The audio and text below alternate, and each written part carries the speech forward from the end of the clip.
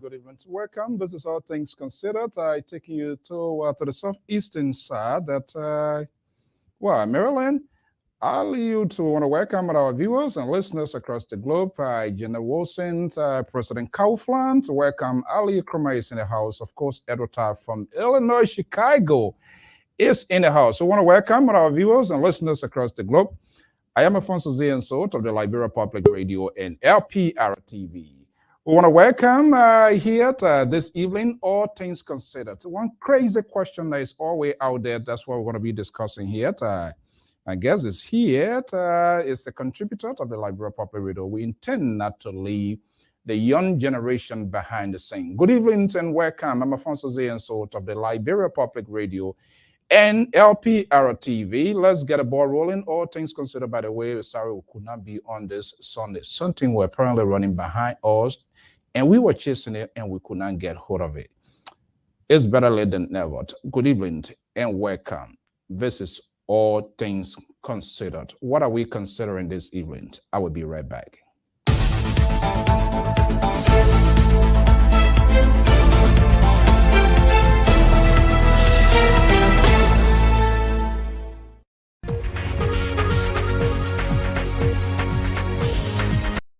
Okay, it's a little late inside Liberia. Let's bring in our contributor. She's a CEO. She's a very young, talented, gifted.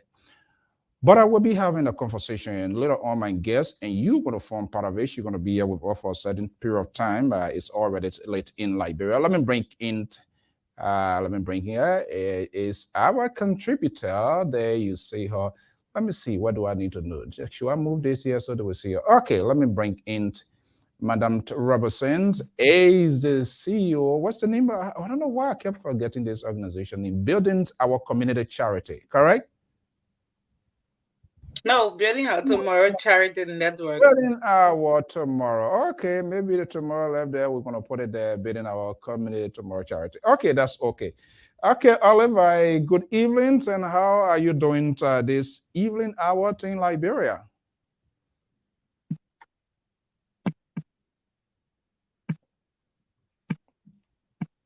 Doing some editing? Okay, just bear with us. All right, Building Our Community Charity. All right, good evening. Are you hearing me? No. sound is bad. The sound is bad. Okay. You you you Um, you getting me now? Oh, the internet. Probably you should try it again. Probably you should try it again. The sound is bad. Yeah. You're not Sound getting is me well. bad. Okay, can you let me see. Can you go off and come back? Let's see what happens. If the audio, probably the audio is Okay. cut off. Yeah. So let me just get Okay. you up here Let me. and you can come back here. Hopefully, that's what happened. Okay, we want to welcome all of you. Let's come up with this quick announcement here. The Associations of Liberian Journalists in the States, AJA, will be having the regular convention right here in my next door neighbor. That's the AJA, that the Association of Liberian Journalists in the Americas. AJA will be having a convention here. We will be having our convention. Let me not say they will. We'll be having a convention right here in the Bay State of Massachusetts, right here in the coming weeks, maybe. Okay, but this is what I want us to talk about here today.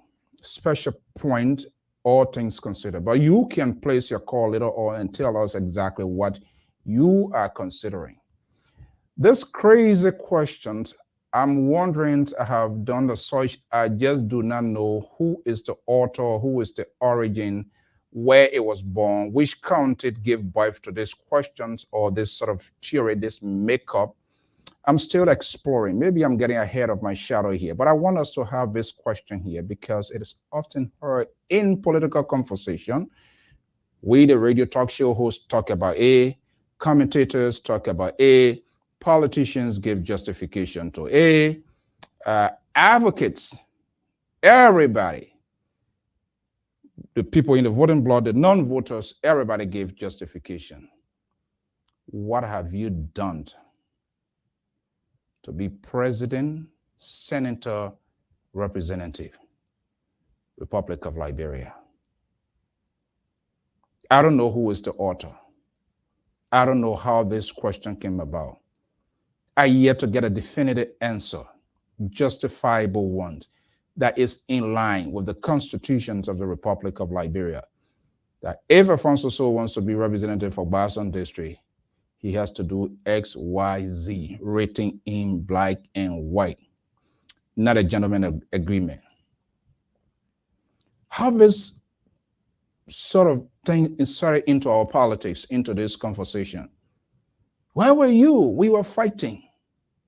That now you want to come? You have all your money and everything, you were nowhere around. Now things are stabilized. Is that a good argument? Or is there something that we are missing here? Or what should actually be the question that we should be asking for someone who is seeking the higher office of the land and even want to be a lawmaker? Okay, let me go back here to see whether Olive is there now. Olive, are you hearing me now? Yeah, I'm getting you. I'm getting you. Okay. All right. Thank you. All right. Hopefully, this internet in Liberia that in the name of Jesus Christ of The Nazareth. audio, the audio, Yeah. Then the audio is a little bit bad. Yeah, all the right. audio is a little bit bad. Okay. Oh Then I my heard God. in Liberia they on life support. My internet here, my internet is good. It's fine. I'm telling you. But if it is bad from your end, then there's just no need. Okay, there you have it. There's no need.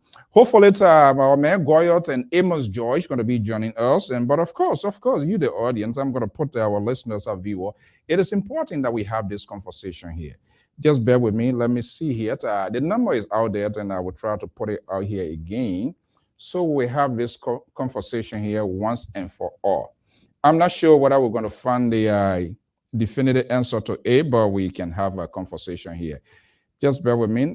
She's having a very difficult time with the system in Liberia. Let's see here. Hello? I know it's been raining in your country a few days, so everything there just upside down.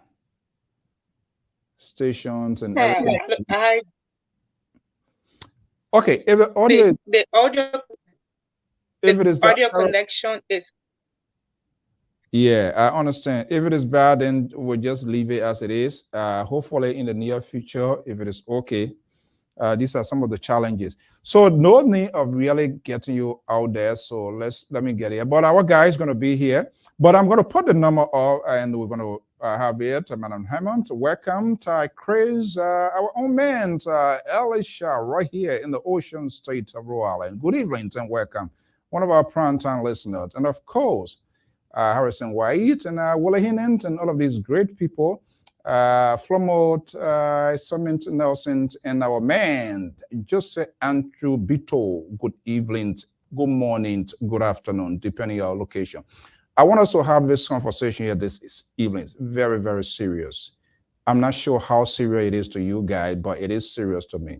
I'm sick and tired of hearing this question, people asking people to give reason or to tell them what they have done to be president, to be senator, to be representative. What is the bigger part? What is the holistic part that we are missing here? Should I put zinc all over your house? Should I feed you? Should I clothe you? Pay your kids' tuition? Or should I just engage in the charitable organizations and give handouts? And then comes elections. What Alfonso is fate, what Alfonso get a vision for the country, for his district, for his county. On the basis of that, I thought that's what we should be like, to validate people's inclusion, to be president, to be senator, to be representative, because they are all elected position. But radio talk show hosts, where was he? Where was they? When we were fighting here, we were dying here, we were doing this, we were doing that. Now he coming, he wants to be president, he wants to be senator. What is the basis of that question? Should we take that into consideration at all, or should we focus? If Andrew wants to be senator of Mosorado County, Grand Bassa, Lofa, whatever he is coming from, should we look at the vision, his visions, his agenda, how he intends to change the narrative, what he intends to do to make the people of Lofa, Bassa, Grand Jide, River says, Bapolo, Lofa better. But instead, we should be asking Andrew, what have you done? Where were you when the war was fighting? You left us here. Now you want to come, you want to be senator, you want to be representative. What is the basis of that question? Let me try here. I don't know what our life is going to be. I don't see no good indicators back there. Let's see here again. This connection is not doing a good favor here this evening. Are you hearing me or still the same? It's still the same?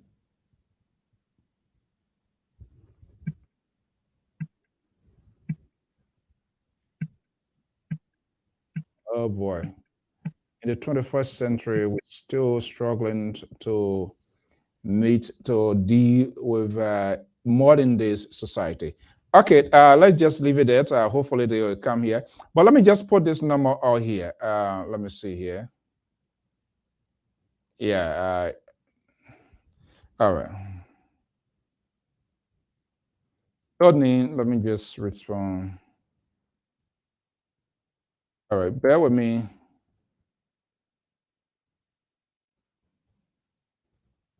Bear with me, folks. Okay, so I'm going to be putting the number out here so we can have this conversation to all of our great people. Yeah, Ben, Ellen's good. That question alone is a recipe to corruption. Joseph Ben, you also like to stir up trouble. He already finished giving the definitions of this question here. But yeah, and everybody have a say into this here.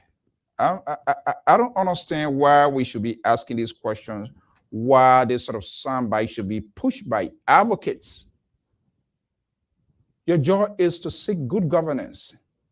Your job is to point out ills and corruption, lack of integrity within institutions, within government, agency, and the list goes on.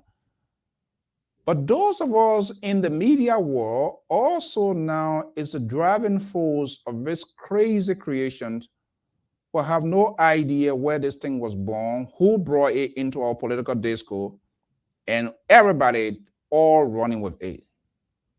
Look at him, look at her. She won't be senator, she won't. Where was she? What have you done? And 99.9% among my mother's children, I love myself the best. So Ben, I'm not going to give all to you. Yeah, I got to take 7%. Are we taking into consideration that these handout or these gifts or cadeaux, Frenchmen say, these politicians and overnight philanthropic people that gave? You know, they get a saying that say, before you slaughter the goat or cow, you take it to the water side, you feel it good, and then you take it to the water. It's a gradual investment, political investment these people are making. And eventually they catch up with us, the electors, the Liberian people, the voters, and validate their inclusion reason why they should be, because they have had a long-term investment. They put something in your esophagus. You find it difficult to swallow it. You manage to swallow it. It continues, it allows you to go through for the rest of the day, and even weeks, months, based on those things that they gave. And then comes election. At that point in time, you have reached your conclusion. You're not going to ask anybody what is in their agenda, what they want, what is their vision, if they are capable or they have the capacity to be senator. They are administratively minded. Common sense, all of that factor in, not just education alone. There are so many things that factor in and want to lead, to lead successfully, make informed decisions, despite of your advisors. You also have your own common sense approach to take decision, and you can disagree with your people. But when you begin to just do your hair, everything that comes out from people, their surrounding is yes, simply because you are unable to make an informed decision. So politicians and those who have some sort of ambition, they manage to coin this sort of, put these words together and say, let's throw it out there. When Bernard wants to be a representative, we're asking, what have you done? After all, he left us here and the war was fighting. So what have you done? Why should we give justification to this question? Should we give a reason? Should we validate? Should it be part of our political discourse, first and foremost? And if not, why are we accommodating this sort of behavior that one has to do something in order to be politically rewarded? Let's take a break, and I'm going to try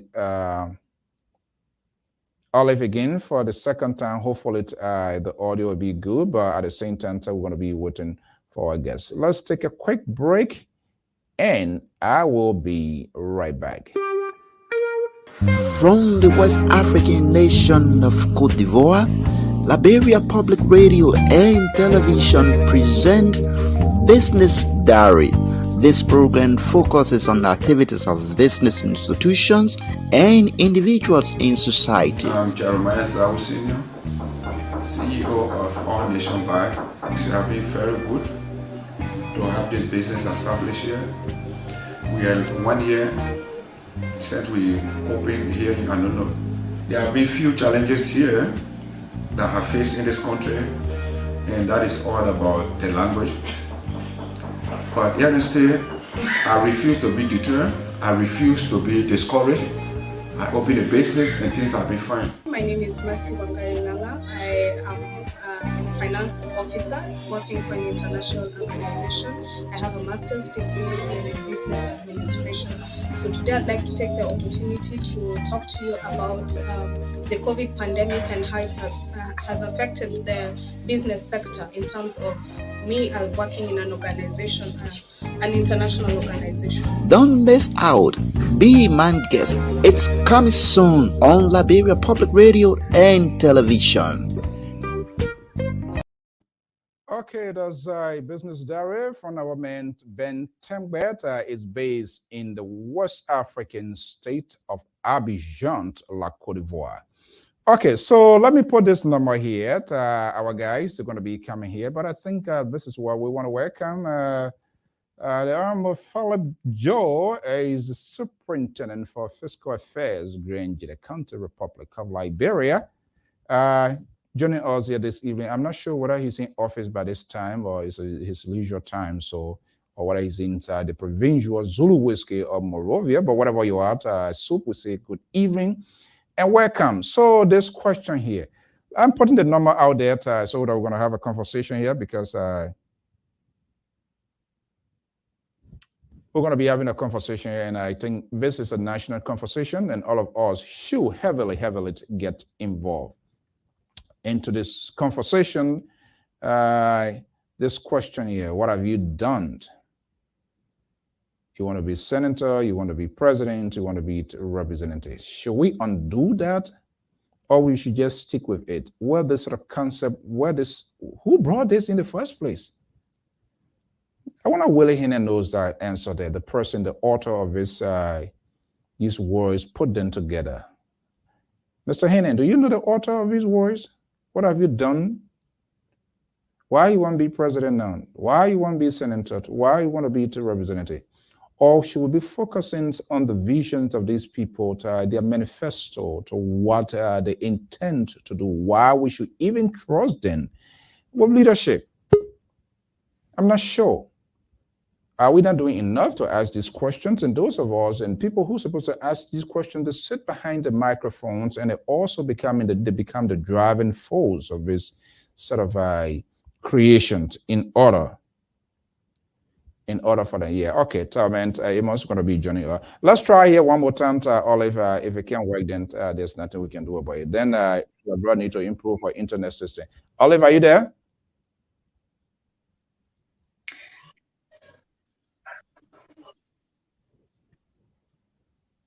The internet system is. So I didn't talk properly. Yeah, the internet system in this country is frustrating. Yeah, but All right. yeah, but I think I'm Unfortunately, getting with you a that, I bit just. now. Yeah, a bit clearer. Yeah. Is it better? Are you hearing me a little better? Yeah, it's getting better. Yeah, the sound is getting better. And we continue. All right, so let's see here. I need a reaction from the audience as well, so that we can. We don't want to waste their time. We want to make sure we are well audible, so that they would know and be able to participate here. So, Christopher, good evening, welcome. Sierra, welcome. Harrison, Mombo City, welcome. If you are getting me and getting her well as well from Liberia, maybe just give me a thumbs up. We don't want to produce a bad audio here, so that you can go with the rightful information, then that would be unfair. So I was asking this question here for the most part. Wow. Right? Liberia, it's not, okay, then let's just leave it as it is. All right. We can force it. Let's leave it as it is. Amos George and Goy are going to be joining me here very shortly. But in the meanwhile, the number is out there. You can also participate into this conversation. It's about your country. So don't leave it with us. Don't leave it with them. No one is the owner of that country. Let me just tell you that. Anybody who tells you that they are 100% the owner of that country and trying to leave you out of the picture is a deceit. It's been disingenuous. And they are on the wrong side of history. They are on the wrong side of history. They are on the wrong side of history. So, okay. I brought him in the play, and that's why I say, Mr. So, the questions were crafted smartly by our recent politician. Oh my goodness, you started recent politician. Okay, there's some sort of ambiguity inside there. Is it a what do you call 2017 politician, or who are those politicians you are referring to? Recent politicians, through the young people who they are always using, they give them little cash and jobless population who are flagging whatever favored the very politicians won. Mr. Heenan, that's a powerful argument right there. So let me get you here. Are you hearing me? Yeah, I'm getting you. I Well, hope it remains better. all right, the internet wake up, man. Okay. So yeah, is this crazy question, and I'm quite sure you have heard the answer over and over in Liberia. I don't know Okay, whether I don't know whether you support it or not, but what is it? I'm Mhm. trying to find the author of this question, which country it was born in, which village, who brought it to Morovia, and it's stuck in our throat. What have you done that you want to be president? You want to be senator? You want to be representative? Should we? Is that a question? Is that a main question? Is that question? Does it make sense?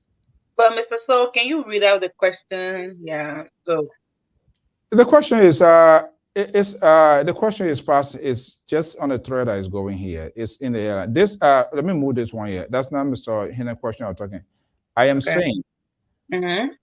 what have you done to be Okay. president, to be Mm-hmm. senator, Okay. or representative in Liberia? This question always comes into play. I don't know where the question was born, which country produced this question. Which, Oh, yeah. So when which vehicle brought it to Morovia? Do you know the car that brought this question to I Morovia? have myself been thinking, yeah, but I think tonight we're gonna find details about where this question came from. Okay. So, So why should we be talking about it? Why should we validate this sort of this? I I I don't want to dignify it, but it appears to take control of our political discourse now, and people yeah, in the radio industry, politicians, they give credence to it. Why?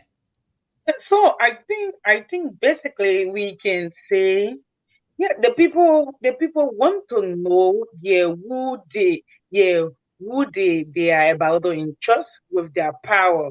So yeah, so I think yeah, you have to get these questions really in like what have you been doing over the period of time? Where have you been before? Yeah, this time and how well you think we can trust you to become our leader. Yeah, because you cannot vote for someone without knowing about them. But Yeah. but the question itself, that's the questions that question itself is inconclusive. It is not addressing exactly the capability of that person, what he or she Okay. can do. It's like a precondition for you to occupy a high profile position or an elected position. I see it to be a question that's some sort of battle system. I must give X to Olive and Olive in order for Olive to give me her vote. They're not asking me my vision for Liberia, for which I want to be president. Well, I think, Mr. So, I think when the people ask such questions, I think, yeah, everything is embedded within it, right? So that is what have you been doing over the period of time? And if we give you our office, what will you deliver to us as a people? Yeah. So that question has a deeper insight. And I mean, tonight we are actually going to dive into that insight.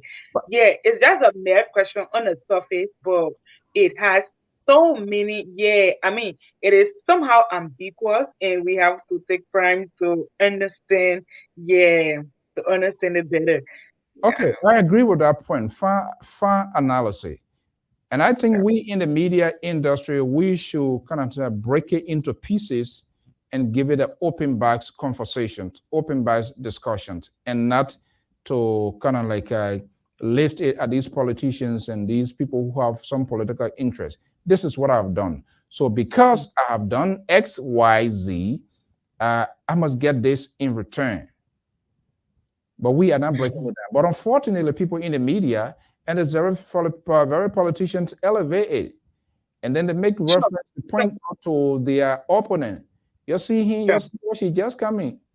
When I was here, she Yeah. was nowhere around. So, so, Mr. So, I think this is common in our Liberian politics, right? Especially where with our politicians as they go at local headed, you tend to understand that instead of pushing their platforms, yeah, they despise one another, right? Like he's not a better person, he cannot deliver wealth, he cannot function as per expectations. But the question is, yes, going back to our topic of discussion tonight, what have you done? Yeah, what have you done that the people should trust you? And then our politicians will now narrow it down to not only what they have done, but then they tend to show blame on other politicians here of not being capable enough to lead the people. So as such, the people should now look up to them as a redeemer, and which of course the question remain unanswered, right? Mhm. The question remain unanswered. I want you to So question this evening. Yeah, let's not leave it. Let's not leave it. It been unanswered for quite a long time, so we need to. sure. Joseph Ben, I wish you're in a better position to join us here, or whoever wants to join this forum here this evening. Let us know, and I'm just going to throw the link out there. Let's good evening, welcome. Or new to Ryan's affiliate Tapet, good evening, welcome. So we need to break this question down. Should we keep these questions in our library, in our politics, in our reservoir, and be going with A, or we need to scrutinize these questions and break it into pieces? No, I think we have kept these questions for decades. We have kept it unanswered for years. So I think this is about time, especially since we are approaching elections. So this is about time that we bring this question to the disco. We discuss it in full details. Yeah. In full details. What could be the details you think? Okay. What do you think could be the details? And let me just Yeah. Mhm. Go ahead. Okay. So in details, in the sense that I mean, what's the originality of this question, right?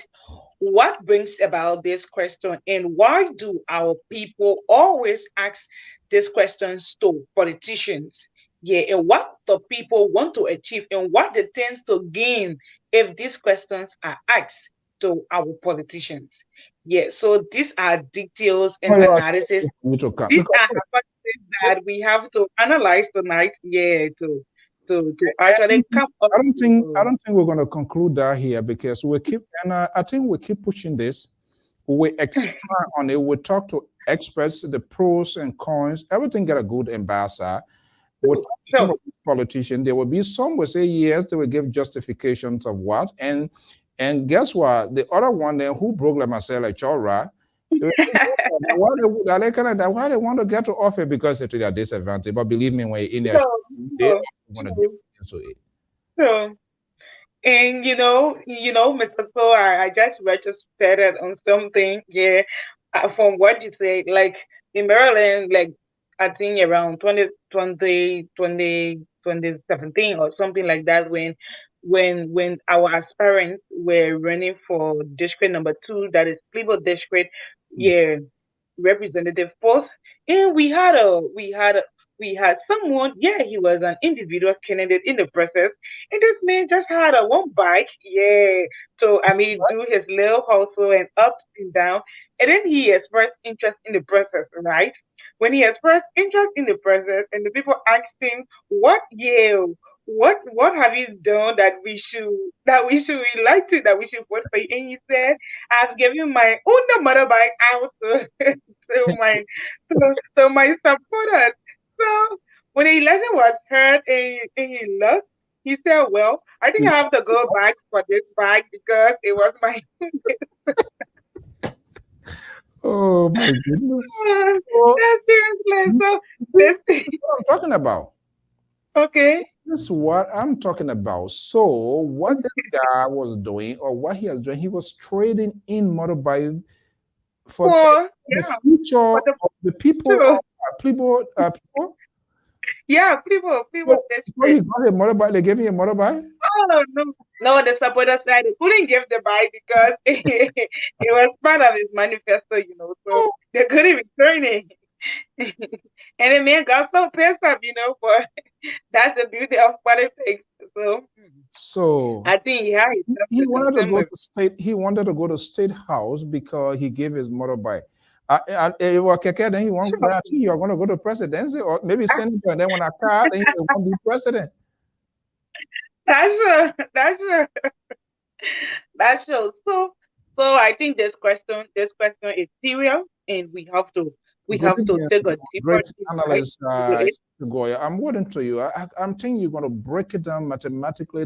You're going to simplify it to the lowest end and no exponent, nothing. I think you're going to be a quadratic equation here this evening. And I wonder for Amos George, our folks say they're going to be running late. Yeah, so this is I don't understand, but how can we undo this? Is it possible that we can undo this sort of question to erase it, take it on the planet in Yeah, Liberia? You think so? yeah. Okay, Mr. So from my perspective, I think this question is going to last long. Yeah, this question is going to last long because I tend to understand that when the people ask this question, yeah, they I mean they have several thoughts, right? Yeah, because the people don't want a leader who is going to be a burden to them, especially like if I say a burden to them, let's say for example, someone who have lived their entire life without achieving anything. And now you want to go to the public space, right? So let's say that you are opportune to have won an electoral process. Yeah, maybe as a representative, as a president, as a senator, and whatsoever. And now instead of carrying out developmental projects or instead of using the money that belongs to the people on the people, you now use this money to upgrade your life. Yeah, you now use the people money, you now use the people capital to build for yourself luxurious houses and I mean to live a life that you weren't living before. So I mean, based on some of these things, some of these foreshadowing, so people now ask, yeah, they are referring the people ask their candidates, I mean, what have you done? If they ask you what have you done, mind you, they have done a background research on your previous lifestyle, yeah, before coming to today's post. So the people will ask you, what have you done that we should So, elect to enforce? Yes, so come in, Mr. Close.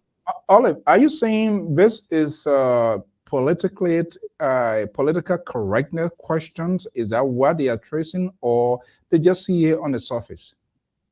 Yeah, so Happened basically, most because of I'm just these, coming. I'm a new. Not to interrupt you. I'm a new person just coming on the block.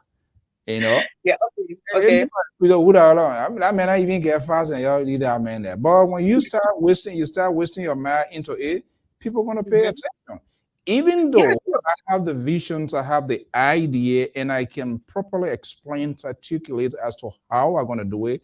And this other dumb doesn't have anything, but he has the resources to make Yeah, him to execute his question. So then you have another group of people on the other side, like I said, is less is a less cost to deal with stupid people, because when people are stupid, you don't have to mm, spend anything. They sure, just sure. are into it, and then the chanting, the cheering him up. But then there will be some other wise people there who will be scratching their head. But those people will be overrun because the majority always kind of like Yeah, yeah, overshadowing yeah. That's everything the else problem. in the That's place. the point. Yeah, That's the point. The majority always take the lead. and that's a problem. Yeah. So, Mr. So let's draw it from this analysis, right? Like Mm, using Liberia as a case study, right? mm. So yeah, we understand that Liberia, yeah, if you are speaking because we have three categories of country in the world, that is the developing nation, the underdeveloped nation, and the developed nation. And speaking in terms of our country, Liberia, we are underdeveloped. That is, Liberia is considered as a poor nation, honestly.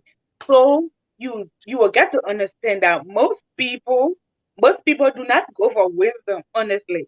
The people do not go for wisdom. Yeah, it is just few minority. Yeah, it's just minority that goes for that part of the electoral process. Because most people do not go for wisdom. What they do is to run after their belly because nowadays in this country, yeah, it is very difficult for the ordinary men to have food, yeah, feelings and other stuff. So whenever a person comes with cash violence, you will understand that our people, yeah, don't want to waste their time behind knowledge. They already have the knowledge, yeah, according to their own belief that knowledge will eat. Yeah, I mean, these are some of the saying of the people. Is it knowledge that we will eat? So we have to go for the cash that can help us to handle our daily activities and run our livelihood. Yeah. So the people go for the cash and So sometimes despise the knowledge. to me, long matter short here, Mm-hmm. what have you done? Question the 2023 part, we shouldn't talk about it because nobody gonna listen to all right. No, the people going to ask that question, Mr. No, So I don't get mean it we're wrong. gonna ask, but to go Encourage in me depth. in mind you, this is the thing, right? Even yeah, the people know who they are going to vote for, right? But just to eat their money, just to just to be part of the sharing of the cow meat, they're gonna be everywhere asking these questions. Yeah, what have you done? What have you done? Wanted to get something from all over. And at the end of the day, when they go to the ballot paper, they know what to do there.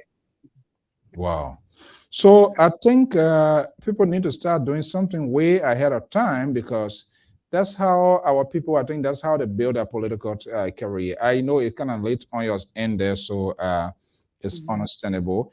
And then final message for us. Okay, well, no, we could So, dive into a so great let- discussion. yeah, let me ask you here before you give your if you were to meet any of these presidential candidates, we don't know how many are going to be, they're going to be whopping million because everybody want to be president. They know the beauty of becoming a president of So, sure. poor country like Liberia. At the end of the day, you become a very good, healthy, wealthy man. If you had opportunity to meet any of the contestants, those who are expiring, how will you restructure that question? Yeah. So, to be sincere and honest, yeah, our politicians nowadays are lyrical. To the extent that even if there are certain questions that you don't even ask them, but they already have pre-existing answers to these questions. Love, I So, love that pre-existing answer. Let somebody with pre-existing condition. Uh, yeah. So nowadays, the truth about it is, yeah, whether or not you ask these people, yeah, they will always have an answer to what, yeah, you even haven't asked them. So to determine whether or not a person is good or a person is bad doesn't just come from the questions you ask them, but then maybe in your own thinking though, at times your perception might be wrong or right, depending on yeah how you have seen this person in the society, how immensely they have impacted lives, and what have been their services to community. But yeah, equally so, then again, we can say that we still have to ask them, right? We still have to dialogue with them and know their intent because they want to represent us as a whole. So yeah, we cannot. yes, they are being successful to kind of deflate or pivot because even when we want to go in depth, they have their supporters, they have their base, they have their talk show hosts, they have their commentators. Give justification, and they are not giving the open corridor for us to ask or to go in depth of this question here. Don't mind that man. Where you let him move from here? Nobody listening to him. Sure. That's how it is. So, but I think still, yeah, there should still be on need. Like election is around the corner, comes 2023, and I think the best thing that we several groupings can do is to create an avenue, like hosting national and local symposiums, like dialogues with these politicians, whether from ruling position or That's true. opposition. Olive, those are very good points, but they are being shielded by their collaborators, by their supporters. They tell them, don't go there, don't go there. When you go there, I will withdraw my support. No, so Mr. That Mr. is unsafe So, ground for you. Mr. That is a big mistake that most of our politicians are making around here. And I stand to be corrected that I don't think that yeah it should be done that way. Whether or not, yeah, we are all safe in this country. But I believe that when we give room to dialogue, yeah, we all gonna have a smooth ground. We all gonna know that okay, fine. This is the rumor. This is the speculation. But it wasn't from me. It has never come from me, and I don't think that I'm gonna do this. I don't think I'm gonna do that because we don't want or we don't need a violent Liberia, right? We have seen, yeah, how civil war and crisis have divided and torn this nation apart. We have witnessed bloodshed of innocent souls. So we feel that the most common ground on which we can stand as Liberians to ensure a smooth running of this nation is through dialogue. So I don't think our politicians should shy away from dialogue. It is very cardinal and important that people from ruling position or opposition come together and give us their platform, right? And we the electorate should also give them our recommendations of what we want to see them doing so that if they get in those offices, yeah, they will not be lost. They will not just do things, yeah, as per what they think or as per what they perceive or as per what they feel, but also they're going to be working in accordance with the people's decision and the people's voice. You're 100% correct because they are being elected by just minute, not just even an inch of the of the people, and so the field they are not obligated to them. Yeah. Olive Robertson. Yeah, so there is this thing like when I was doing some of my research today as per today's discussion, I think the honest I came across some things like major problems that our country is faced with, and then I saw impunity, I saw lack of human resource or lack of human capital that is true human capital, and then I also saw violence against women. And I think I want us to cover that discussion. Yeah, I want us to cover that discussion. Okay, it's all things considered. Our guys are going to come here. They're going to put it, why violence against women. Okay, the an educator is in the house, and I think he's going to break this down, simplify it to the lowest extent. You went to school. My math instructor, Americans, they say when you say simplify, you break it down to the extent that nothing can go inside, nothing can come. That can come out. It must be there. Just a bender. But I think these are very good questions we might be asking. Let me go bring in also our senior contributor, Liberia Public Radio, and educator, instructor, Mr. Sissy Goya is in the house joining us from Minnesota, USA. My man, why you there for Minnesota people if you were seeking for you wanted to be counsel? I was building bridges as a private citizen and building hospitals as a private citizen. Wow. Yeah, no, not that. Welcome. Mattresses, bringing Hey, bed. Olive, how you doing, my sister? America. I'm good. So, look, I like to be practical here. And it might sound a little bit ridiculous. You campaign vigorously for whatever you are going. Any of those people in your constituent, they ever ask you, or what did they ask you for? They ask you, what have you done this crazy? In fact, let me ask you, you know more about Liberia than me. Which county gave birth to this question here? And we, to Liberia, the Morovia? And We're why? playing Monrovia that must rather get it into us. I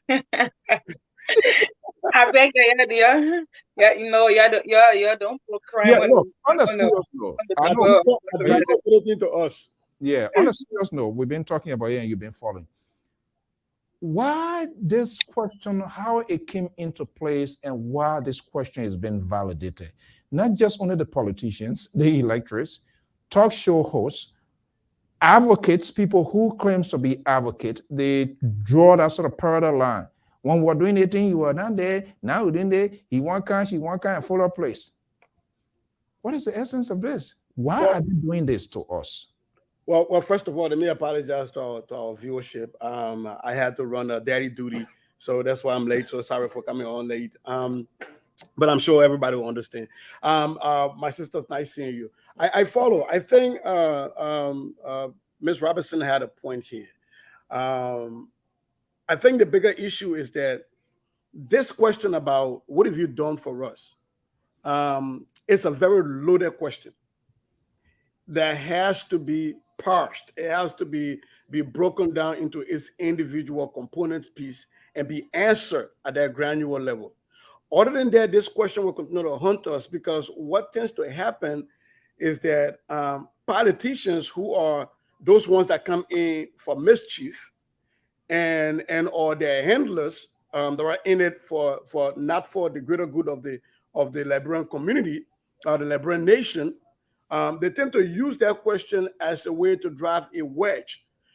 Because the way I understand this question, what have you done for me, is a convolution of so many things. What have you done? Like, have you been active in community? Have you advocated for the less fortunate, like what Ms. Robinson is doing right now, and countless others Liberians are doing, right? What is your story? What is your life story? Can you empathize with me? Can you put yourself in my shoes? Have you walked a mile in a similar shoes? Have you been poor? Have your parents had to go 12 months without pay? How did you manage? Have you seen often? So I think there is a lot of things that we ask our own politicians in America here that is being joined together and unfortunately asked in this way that almost looks like a quid pro quo kind of situation, like the voters are needing, you give me food right now to eat, or how long has it been since you fed me that you want me to make you a leader? And let's be very frank, there has been some voters who asked that question. And I think the reason there is because the media landscape has failed to do its work of trying to make sure that, yes, you can run a pool and you can ask people all these questions, but don't ask them and don't get to the point where you're allowing people to come with these lazy arguments and say, where was that man? Where was that girl? Well, where were you when we were we? Those questions, the media landscape has to be able to push back against it. Because if you're done, then they crystallize. They become facts in our Liberian community, right? And so you asked me a question. When I ran for city council in Brooklyn Center, all I had to tell the people was, I've been here teaching at the Una High School that's located in your city for the last 10 years. I have been here educating your children. I didn't tell them that I've built a school. I told them my story. I am an electrical engineer by training. I left electrical engineering that offers a lot more money and went into the classroom because I saw a need in the classroom. And so I was willing to lose money for my family in order to get my intellect into the classroom because I felt as an African, I brought a lot more to the table when it came to the historical perspectives of mathematics. And I could clearly articulate what my ancestors, yes, I'm going to say it, Africans brought about mathematics. So I could clearly articulate what my ancestors have brought to humanity. And I felt like as a Black man in the classroom, it gives a lot more power to immigrant kids, to Black kids, when they walk in the classroom and they hear, oh, your math teacher is a Black man. He's not just a Black man. Inspire people. Those are tools. And so that was what I told people. I told people, look, here is what I'm doing in the classroom. In the classroom, I haven't been hungry since I came to America. I've been hungry when I was in Liberia. But in the classroom, I see students that come to me hungry that I have to give my lunch to as a teacher. And so I know if the students are hungry, their parents are hungrier because usually human beings will tend to give food to their kids and go hungry as the adults. And so I told my constituents, I said, so I know we have a hunger issue. I've seen kids that are homeless in my school district. And so when they're homeless with their parents. So I know we have a housing issue. We have a home ownership issue. So I could talk to those. The people didn't ask me, how many people have you built houses for? Right? They didn't ask me how many baby tops you bought for people from right. I could tell them what sacrifices I have done. I haven't given anybody a scholarship to go to college, but my sacrifice in seeing a need and stepping in, right, was what I could tell people. And so, but what happens in our Liberian landscape is when we discuss these issues, they don't open room, they don't allow rooms for people to say their stories. Like, look, 5 years from now, for example, Ms. Robinson decides to run and she's poor, and no disrespect to you, I apologize, but she's poor and she cannot provide bag of rice for people. People will be asking, what has she done? And if she tell people, I've been advocating, I've been articulating, I've been doing this, say, well, the advocating with me, we eat. What was the last time you pay one hand pump? What's the one horse you now pay? That's the thing. Before they give you this, you get that? And Mr. Spo, when I was running, the first time I ran in U.S. politics, when I ran for a school board, I was renting. I didn't own a home. I was renting an apartment and running. But in Liberia, apparently that is a crime The first thing I see, you didn't get much about what made you this, right? So what they've done is it becomes politics now, and good governance and participation in good governance becomes how much money do you have? And so it becomes a game for those who have money. There are a lot of people who can afford money in Liberia who are really good people that should be elected, right? But the first thing when they raise their hand, post my man in the play up, I say, "Ray, what's the last time you built a hand pump?" So that is a loaded question, and I agree with Ms. Robinson. I was in the car listening. That I think we have to break this down further and try to look at each of its component piece and ask the question that came together to form this one giant question: where have you been, or what have you done for us? Okay. All right. I think you know the taboo of this network here. So we valued the views, opinions expressed by our listeners and our followers because they are part of this institution here. Without them, I can sit here and you can be there Olive in Liberia after 12 a.m. here as our contributor here. But this is what one of our followers here, I believe, is responding. Prince Peters. You still answer the question. What have you done? I believe maybe you still have not answered the question. I'm not sure, but let's see it. No. He's saying that answer the question. He's saying that life is an investment. But I think he missed the low point I was trying to make. Right? Is that in our Liberian context, when our question is asked, it's not asked to accept the answer that I just gave. I'm very glad that my brother saw that answer and he took it, because that would be an answer. Right, that would be an answer that I know Prince will accept. Right, but for the vast majority of our people, when they ask that question, they're not looking at, a teacher, for example, who's teaching Tomenha, who's been teaching Tomenha forever, and comes and says, forever, right? They won't take that as answering the question. But I think Prince is onto a point, and yes, depending, and again, this is where I come in, right? If people in the media landscape can parse this question and kind of ask it in a way that will get to the question of what do you really want? Are you asking me what have I done economically to invest in the community personally? Have I built roads? Have I built this? Then ask that question. But I think what happens quite a lot is it gets convoluted. And I appreciate the comment by Prince, because that is the thing I was trying to make. I answered that question here for American population. But I don't think that answer will suffice as an answer when you put that in the Liberian political landscape in Liberia. No way. Okay, so let me ask Olive. Olive, can that survive in the political landscape in Liberia, you think? Liberia, well, I think if the commenter is in Liberia, he obviously know that it cannot survive here. Yeah, but if he's in the U.S. or anywhere outside Liberia, probably it could survive in his surroundings. Yeah. Okay. Now, Goya, in simplifying this sort of, I don't know what is a simultaneous equation or quadratic, whatever it, there is an indictment already on us at those in the media. And there are different types of people, and you're quite correct. I don't usually like to do this, but and sometimes I get pissed, I get upset because but again, we understand what is playing out in today's war is with these sort of talk show hosts, commentators, promoters, propagandists, and all of those things. They are not in this. They are not in the profession. They are there. They're there for a specific reason.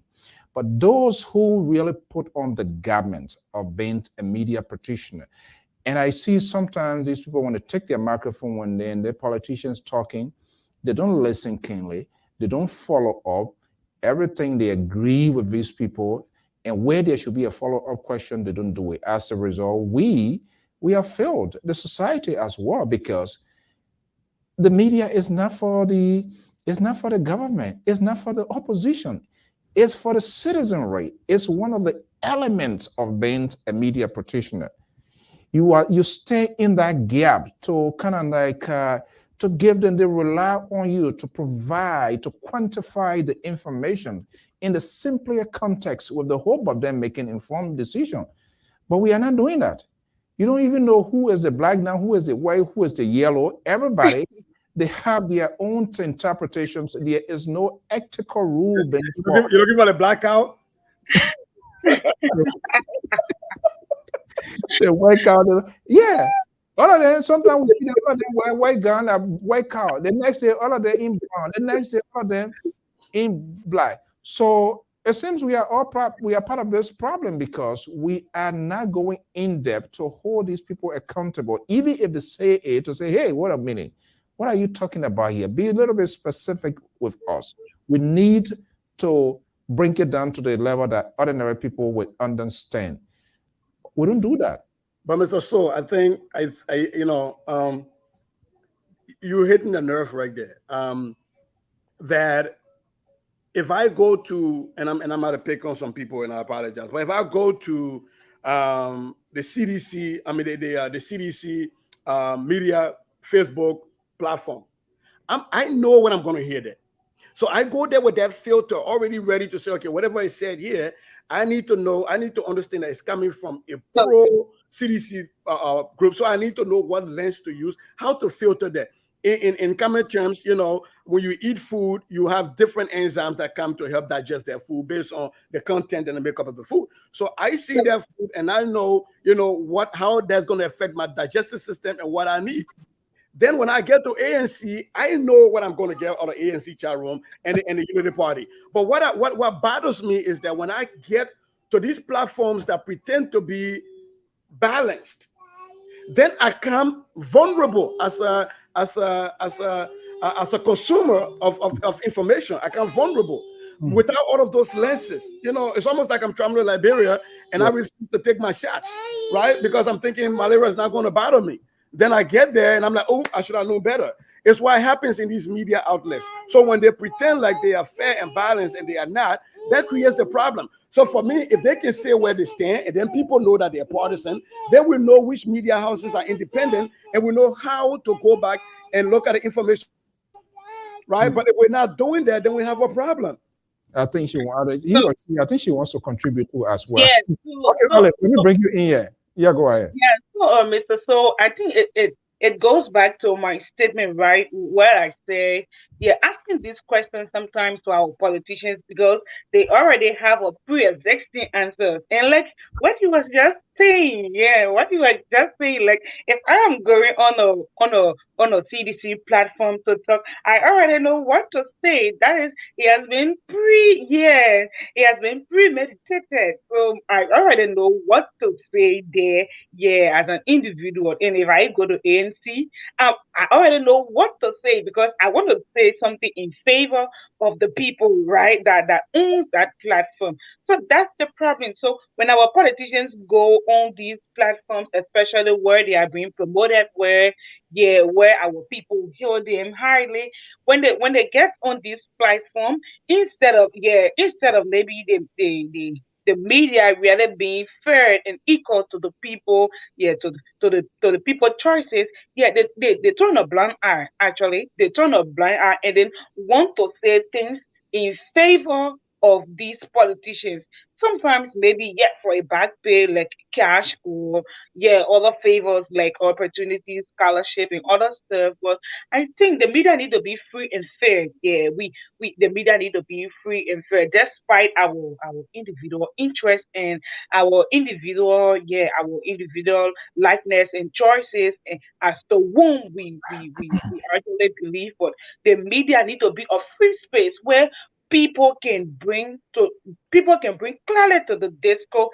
These things, these questions that need to get to our politician and let them answer it, not in a biased way, but let them answer it free and fair to the people so that the people cannot be left in dilemma, of their platform, so that the people cannot be left in dilemma as to what they're going to do for them or as to what they're going to achieve in their terms of services to the people. So do we have a responsibility as well, even if they are not answering us fairly, for us to push back at them? We have a responsibility, and that's where I was saying when I was driving to the force of impunity. So let's use Liberia as a case study here when we are talking about impunity, right? We are in a country, right? Let's say we are in a country where people create crimes, where people do things and they go scot free. No one called them to the table for discussion. no one bothered them about what they do. Let's say for instance, corruption. Yeah, nowadays most of our politicians. I'm sorry to our viewers here, with no offense, but nowadays most of our politicians embezzle the people fundings, right? They use it for their self benefits. And mind you, yeah, they aren't brought. Yeah, they aren't brought to picture to give accountability, yeah, or to be transparent about how they use these spendings, or why they took the money that wasn't for them, yeah, which was meant to be used for the people, but they took these fundings and then used them on themselves. So I mean, these people, when they use when they take these resources and use them, no one call them, no one bother them, yeah, no one even try to go after them. So you would tend to understand that the Liberian society is faced with so many impunities, that people create crimes, people do this, people do that here and there, especially our politicians. Some of them misuse the power, some of them abuse the power, yet nobody call them for questioning, nobody punish them. They go scot free. They go scot free. Hmm. Whew. So the question becomes, how can we undo this? The question is compound complex, but we are still breaking it down. Yeah, we are still breaking it I'm not sure we're going to get it.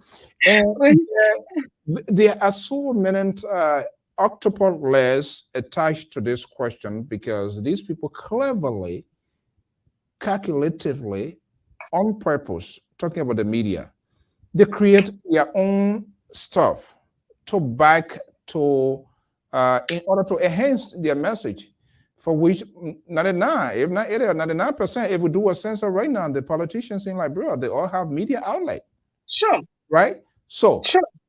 those outlets, they are there for specific reason. We have similarly, it's ongoing here. When you listen to CNN, you say, okay. When you go to Fox, you're in a different world, different society completely. And when you're on Sean Hannity, you are in different society. When you listen to Bill Cunningham, you're in different. You're wondering, what are you on planet Earth? You listen to CBS at different stuff and stuff, things like that. Okay, but it's the same way now. Whether they mainstream or whatever, these things has been transported in Liberia, and politicians are making wise of this here, for which they are heavily invested into their own outlet, which is less costly because it is their own outlet. They don't have to come somewhere where they think they're going to spend any money, because they are in authority. So this chain, or this wall of Jericho, the bill, I don't know where we're going to get a bulldozer to demolish that, because even when we say we kill it, or we're killing it here, you're not going to demolish the physical structure that is promulgating these sort of messages. Wow.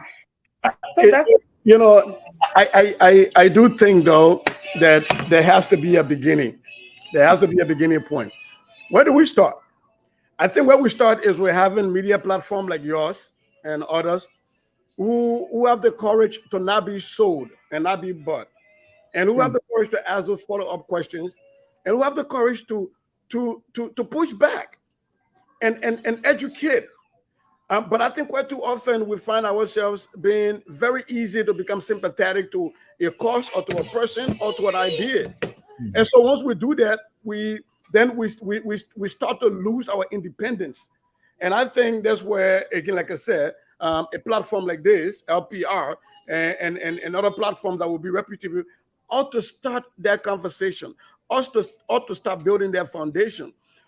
Look, if we're going to be talking about politics come 2023, and you cannot get one of these handlers of these politicians, or one of these surrogates to come on a platform that is not pro their candidate, and it's not anti their candidate either, but to be able to articulate what their candidate stand for as far as policy, as far as an agenda for the Liberian people, to campaign for their candidate and not necessarily against the other candidates.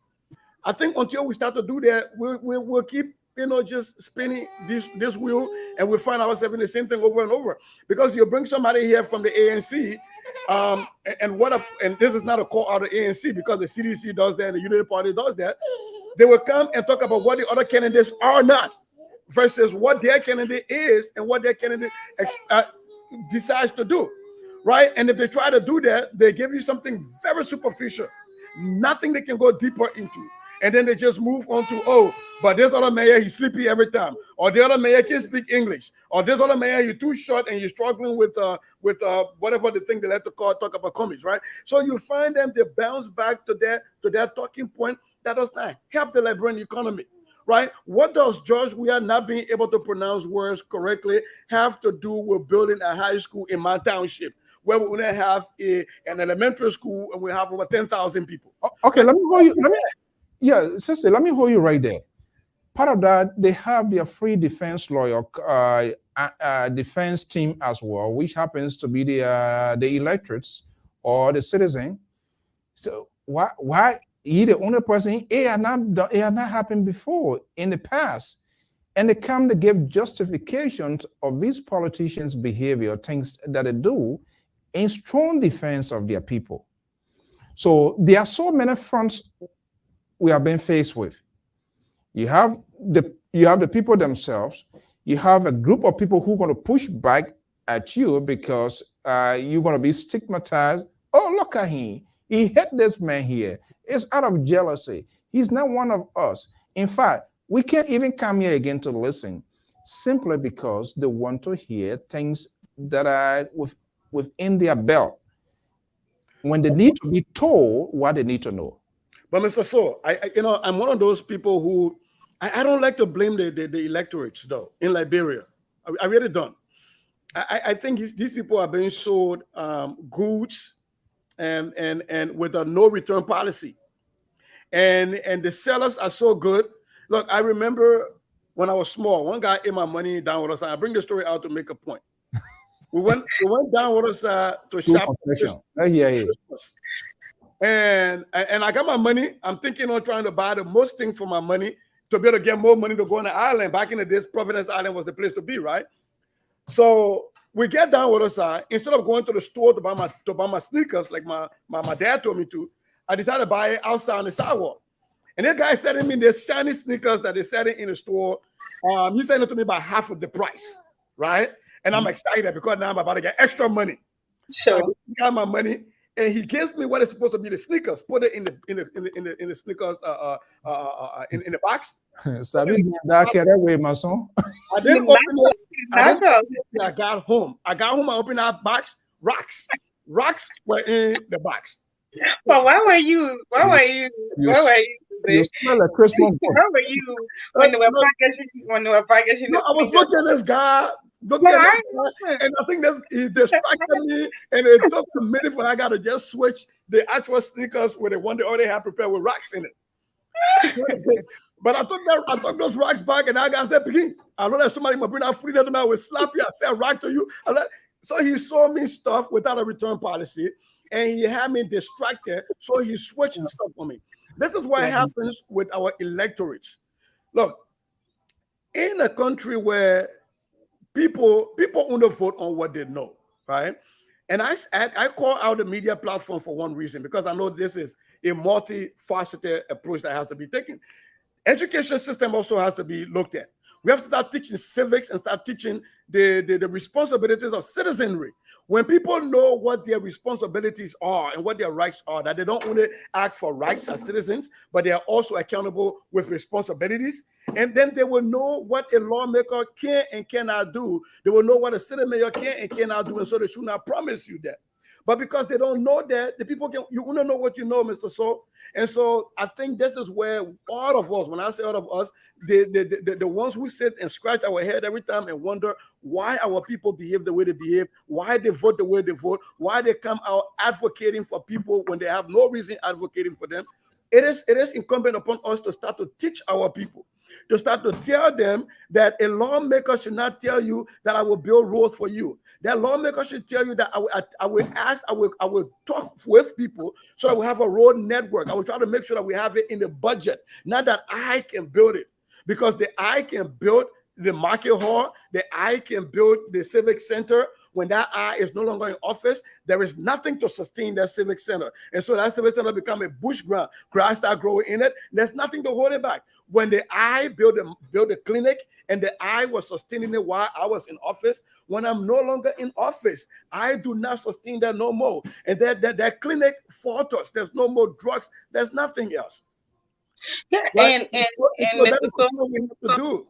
Yeah. Yeah. So Olive, And Mr. So, in addition to what he was saying about citizens knowing their rules, I think for me yeah, go it ahead. will be Put a number it, here for those of them. I think for me it will be best. It will be best that since indeed the country is about to go to election, or probably it could be after election or whenever. But I think that there is a need for the government of Liberia to call for a national project wherein you have delegates to all of the 50 counties within the country, yeah, with a brochure, yeah, in probably 2 or 1 week training or whatever, yeah, whatever duration of time it's gonna take, yeah, where you have people educating people both in the rural and urban areas, yeah, about citizen responsibility, because this is important. We as citizens, if we do not know our responsibility, we will definitely not know the right reason we are voting. Yeah, we will always continue to vote for our belly. We will always continue to vote. Yeah, like maybe, yeah, because we got lost in the crowd and we, Guys, we saw everyone going so beyond. guys, let's see Because here. Let's look at our own shadow here too. Whether the real human shadow or what sort of shadow. We also have a shared responsibility in this. sure. And this is what I don't understand. This is what I don't get. I try to get it, and it's still not making sense. We still have people in this modern society, this 21st century. They will look at me telling them lie, something that just doesn't make sense on planet Earth by just deploying common sense. And they will swear to God in heaven and earth, brother man say, that is true. They will defend it. Anybody who tries to question me, they will come back at you. They will fight you. You will be called names. You will be labeled. You will be stigmatized. You will be bullied and all of that. So only the forceful one will kind of like try to fire back. But this is a very, very, very serious problem. So we have a shared responsibility. We are not doing our part. We are allowing people to define us. I don't get it. Why should somebody tell me, or why anybody should feel that they can better explain or talk about me better than I? It doesn't make no sense. And these people, they have implanted, they are pressing the minds of these people. They have manipulated them. They have twisted their thinking. They have, it's like people that's another way of initiating people. So they look up to these folks. They look up to these people, whatever comes from out of them. That's what they see true light in it. Yeah, and Mr. Soto, add on to add up to something. I think recently in Liberia, in Montserrat specifically, there has been a heavy pull down of rainfall. Yes, and so many homes in Soul Clinic, has gotten flooded, and people are now homeless. So I mean, this is a call to our politicians, right? I don't think they should wait for like 2023 before starting to give us the promises. I will build houses, I will build drainages, I will do this, I will do that. But I think this is now time that the people want to see these tangibles, right? You don't have to give us tangibles that are invisible, right? We want to see tangibles that are invisible. You see, let a tangible conversation that coming right by. What a tangible you now do. What a house you build. You see, But this is what Mr. Stevens, our follower here, Mr. Sly, is saying here. Majority of our people are still blind to. Do we need to buy chlorides to wash their faces to get to their blind so we're open then? When their eyes will be open? I know it's not a physical blindness he's talking about, but when you can't when you can't open your brain, you want to have like a fish brain or that kind of welcome brain, those cars plenty in Cote d'Ivoire. But Mr. So, Mr. So, yeah, sometimes we can blame the people. Yeah, some of our people, yeah, they didn't do seven. You want to So participate? the people need to get educated about their responsibility. Mind you, that so many people in the rural areas that do not know about any of these things, right? The only thing they are after is to Is the creation.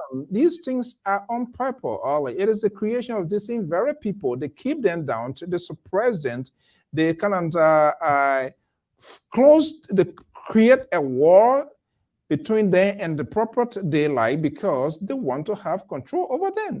I think see we are opportunity to be on this platform. Yeah, we as well meaningful Liberians, yeah, we want to see good things in this nation. This is a call, this is a wake-up call to every Liberian in and outside the country, right? To come together, we could group something, we could plan something and try to provide probably 50% of education to our people in knowing their responsibility when it comes to elections and electoral processes. Because sometimes we shouldn't think for the people. We shouldn't think for the people. Yeah, I think through our advocacy and our own little platforms, we could sometimes try to provide this We don't even education. know. We don't know the real advocates and the other advocate. Okay, let me just get you off here. So, You know who is it? Because the advocate and said now they are the one that killing. They're the one killing. so here's something, Mr. So. You know, there is something that happens in the Western world, especially in America. That okay, wait, sit down and listen. Sit down and listen. That happens in the Western. She would not let me talk. Sorry, Mr. So. That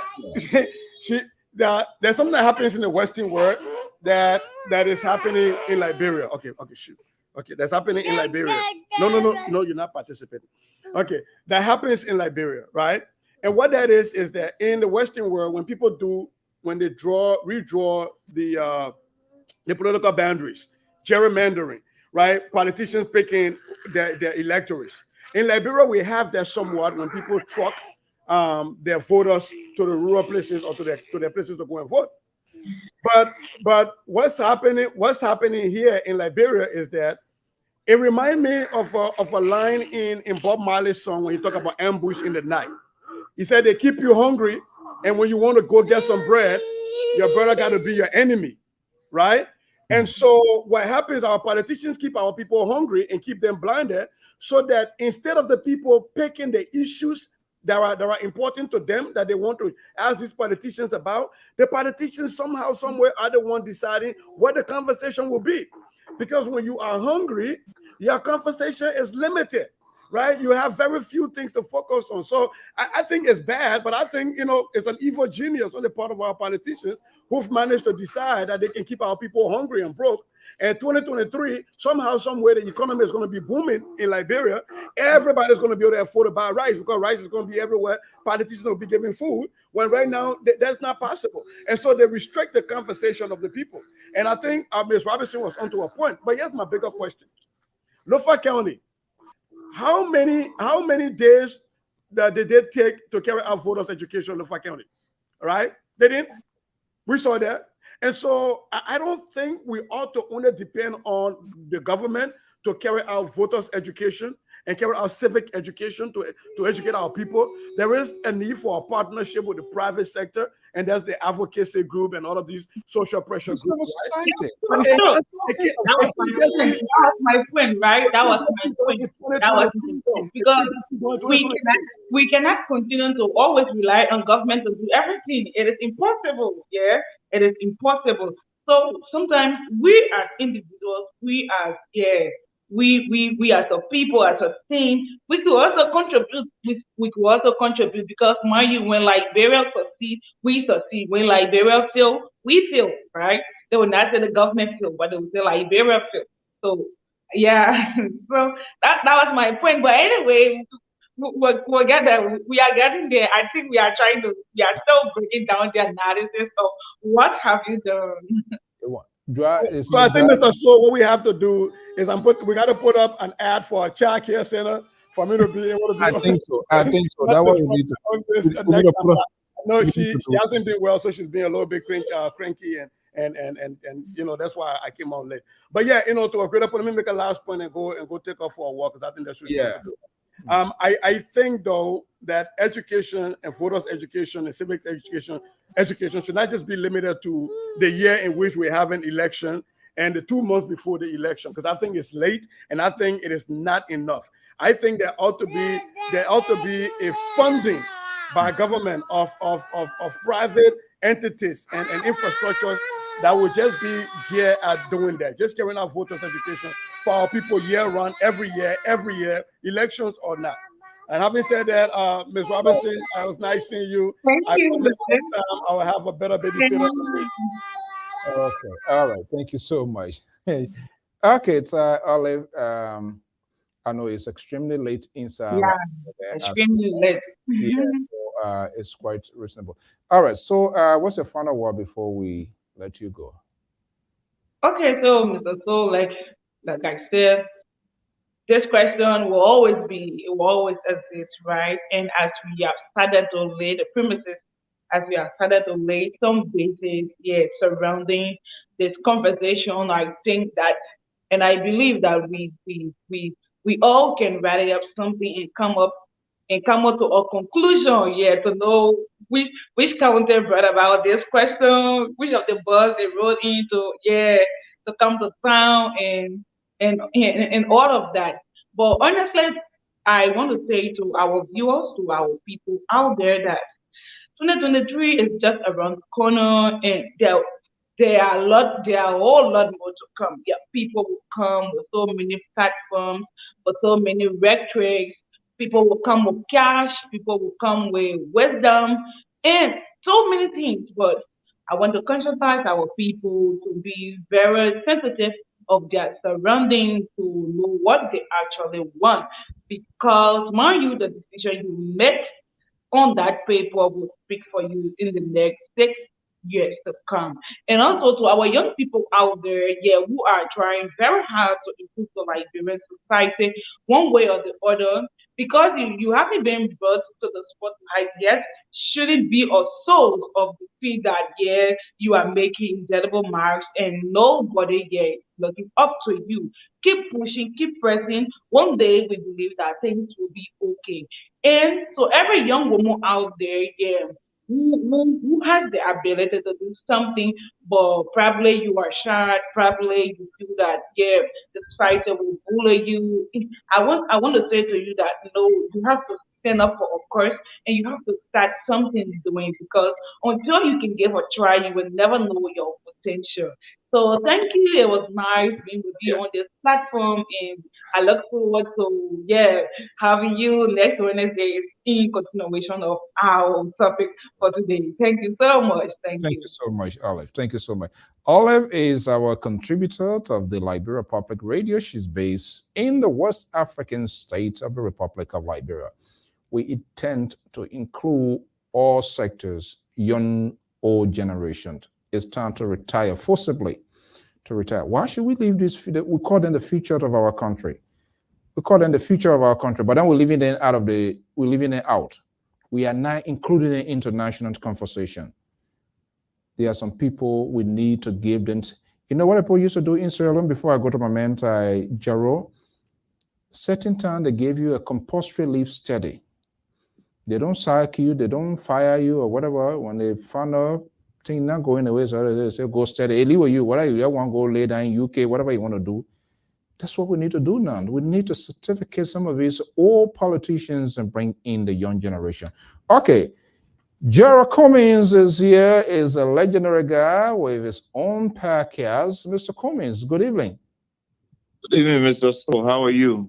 Okay, so you want to be what? You want to be representative or senator? No, I always talk to you during the 7 months prior to the election.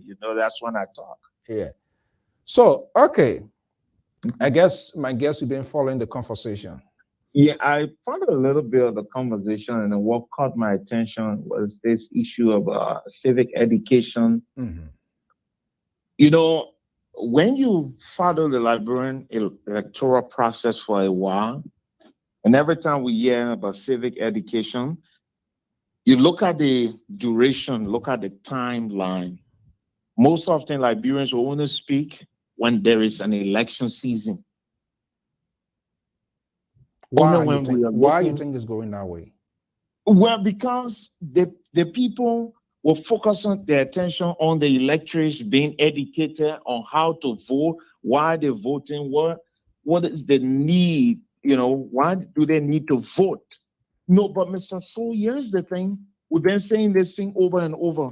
Politicians, advocates, talk show hosts, radio stations will only have this conversation only during a by-election or a regular election or the general and presidential election season. I think we all need to design a kind of program that deal exclusively with educating our people, creating the awareness on education or voters' right. But these things do not happen. Even the National Elections Commission, I mean, I was privileged to be in the country for 3 elections. And I said this thing over and over. When you look at the National Elections Commission, right? You look at the in terms of voter education, voter awareness, they don't spend more time on it. Because in their mind, I think what they believe, the political parties should be educating their people. Should they? The question is, should No, they? it is incumbent upon the National Elections Commission to create at least 2 or 3 months awareness in Should all of the so different vernaculars. But okay, all the elections are monitoring in the country. Listen to the jingles. Just watch the jingles. Watch the newspapers. How many jingles you see in the papers or the radio or television stations? so Mr. Not Cummings, many. let me ask you, the Mhm, the oppositions and all of the stakeholders, mhm. participants, do they have shared responsibility as well? Yes, sir, they do. Are they executing their part? No, look, from the 1997 election up to now, right? I can tell you they're free of charge. In terms of information dissemination, the opposition political party and the government, they are weak. Let's call a spade a spade. They're weak. In terms of actually creating awareness, right? They are I- weak. Is it deliberate or is it deliberate, you think? They be waiting for 2 months to the election to start. That is not enough. If I went to Zwedru today, right? Or went maybe go to Toasttown and just go talk to my people to go turn out to vote tomorrow, am I creating awareness for them to come? No, you got to take the Jehovah Witness approach. You got to take the talking drum approach. Do things in the people vernacular to relate to them. I'll give you one typical example. 1994-95, I worked for MSF France in Grand Bassam. There was a major outbreak of cholera. 99% of the people were from compound number 1, compound number 2, and Mowe. And all of them were living in Grand Bassam. And there was a serious outbreak of cholera. The French people and the British people there at the time, they were doing everything, but the IDPs were dying. And so we sat down on the table for a long time. Okay, the CHWs were telling, oh, when you go to these people, you have to speak their dialect to them because they were cooking right here and the feces sitting on the other side of the place. They were still dying. What do we do? Well, we started thinking. Then I told the guys, I said, look, let's do a dramatized monologue, do some jingles, do some dramatic program and songs in the people dialect. By that way, it's each one teach one. And Mr. So, by the special grace of God, right, we were able to achieve a lot. That year, the rate of cholera 1994-95 dropped in compound number 1, compound number 2, as far as Mowe, Riverside, all the area, the cholera rate dropped. Okay, so and there's a reason here asking these questions, even with relative to the just ended by elections in Lofa. we know the institutions responsible for the conduct of elections in the country is NEC, the National Election Commission. They Yes, are sir. players. The political parties, they also have a huge voice because they're going to be the direct beneficiary when the process is conducted and concluded. Here we are, we have political parties, we have parties that should be institutions to represent licensed institutions that people will see it to say, okay, these are, people here. They also agree on purpose.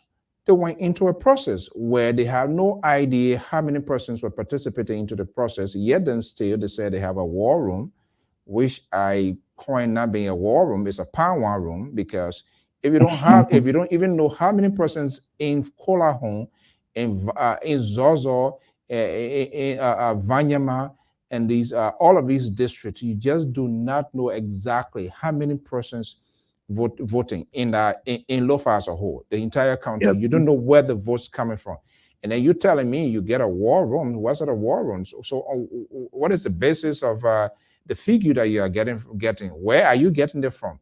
What is your target? So where is the strategic section? Where is the strategic sections that even these political parties that wanted to win here, where is their focus? Where they think the numbers coming from? Or is it just a circumstantial number? There are people tell them, oh, okay, 10,000 people registered it. They went into a process. You understand what I'm saying? They never asked. Whether they asked, they were not forceful in asking, because these are things that you want to make sure that they are in place so that you'll be able to have a strategic plan, to put a plan in place to say, you know what, I don't need to waste resources in Vanyama, because Vanyama maybe 500 votes coming from there. Then you say you have maybe 8,000 votes or whatever numbers vote coming from the other side. That's where you want to make resources, and all you do, you can cut that. But that did not happen. We have no idea. We have no clue to dwell on whatever that happened. NEC came, they didn't tell us. The participants, those who also participate in the process, they never ask. Even if they ask to what extent they ask those questions, nothing. And after everything, they're coming back now to tell us to say, okay, this is it. But I know this one is just a jawbone exercise. Everything I know, that's the end of it. So then the question, if you want to flip the question around, all of these crimes and concern being raised here, why it is true I have issue with the problem, with the process, because the manner in which it was conducted and executed, they have the right to also raise that question. So the question is, had they won that, will we be talking this year? Will they go and question the validity of that process? Will they question that? Or is it because it's not in their column, so they put a question it, even though they have the right to do that? So why we, as a people, as an institution, why are we not playing our part?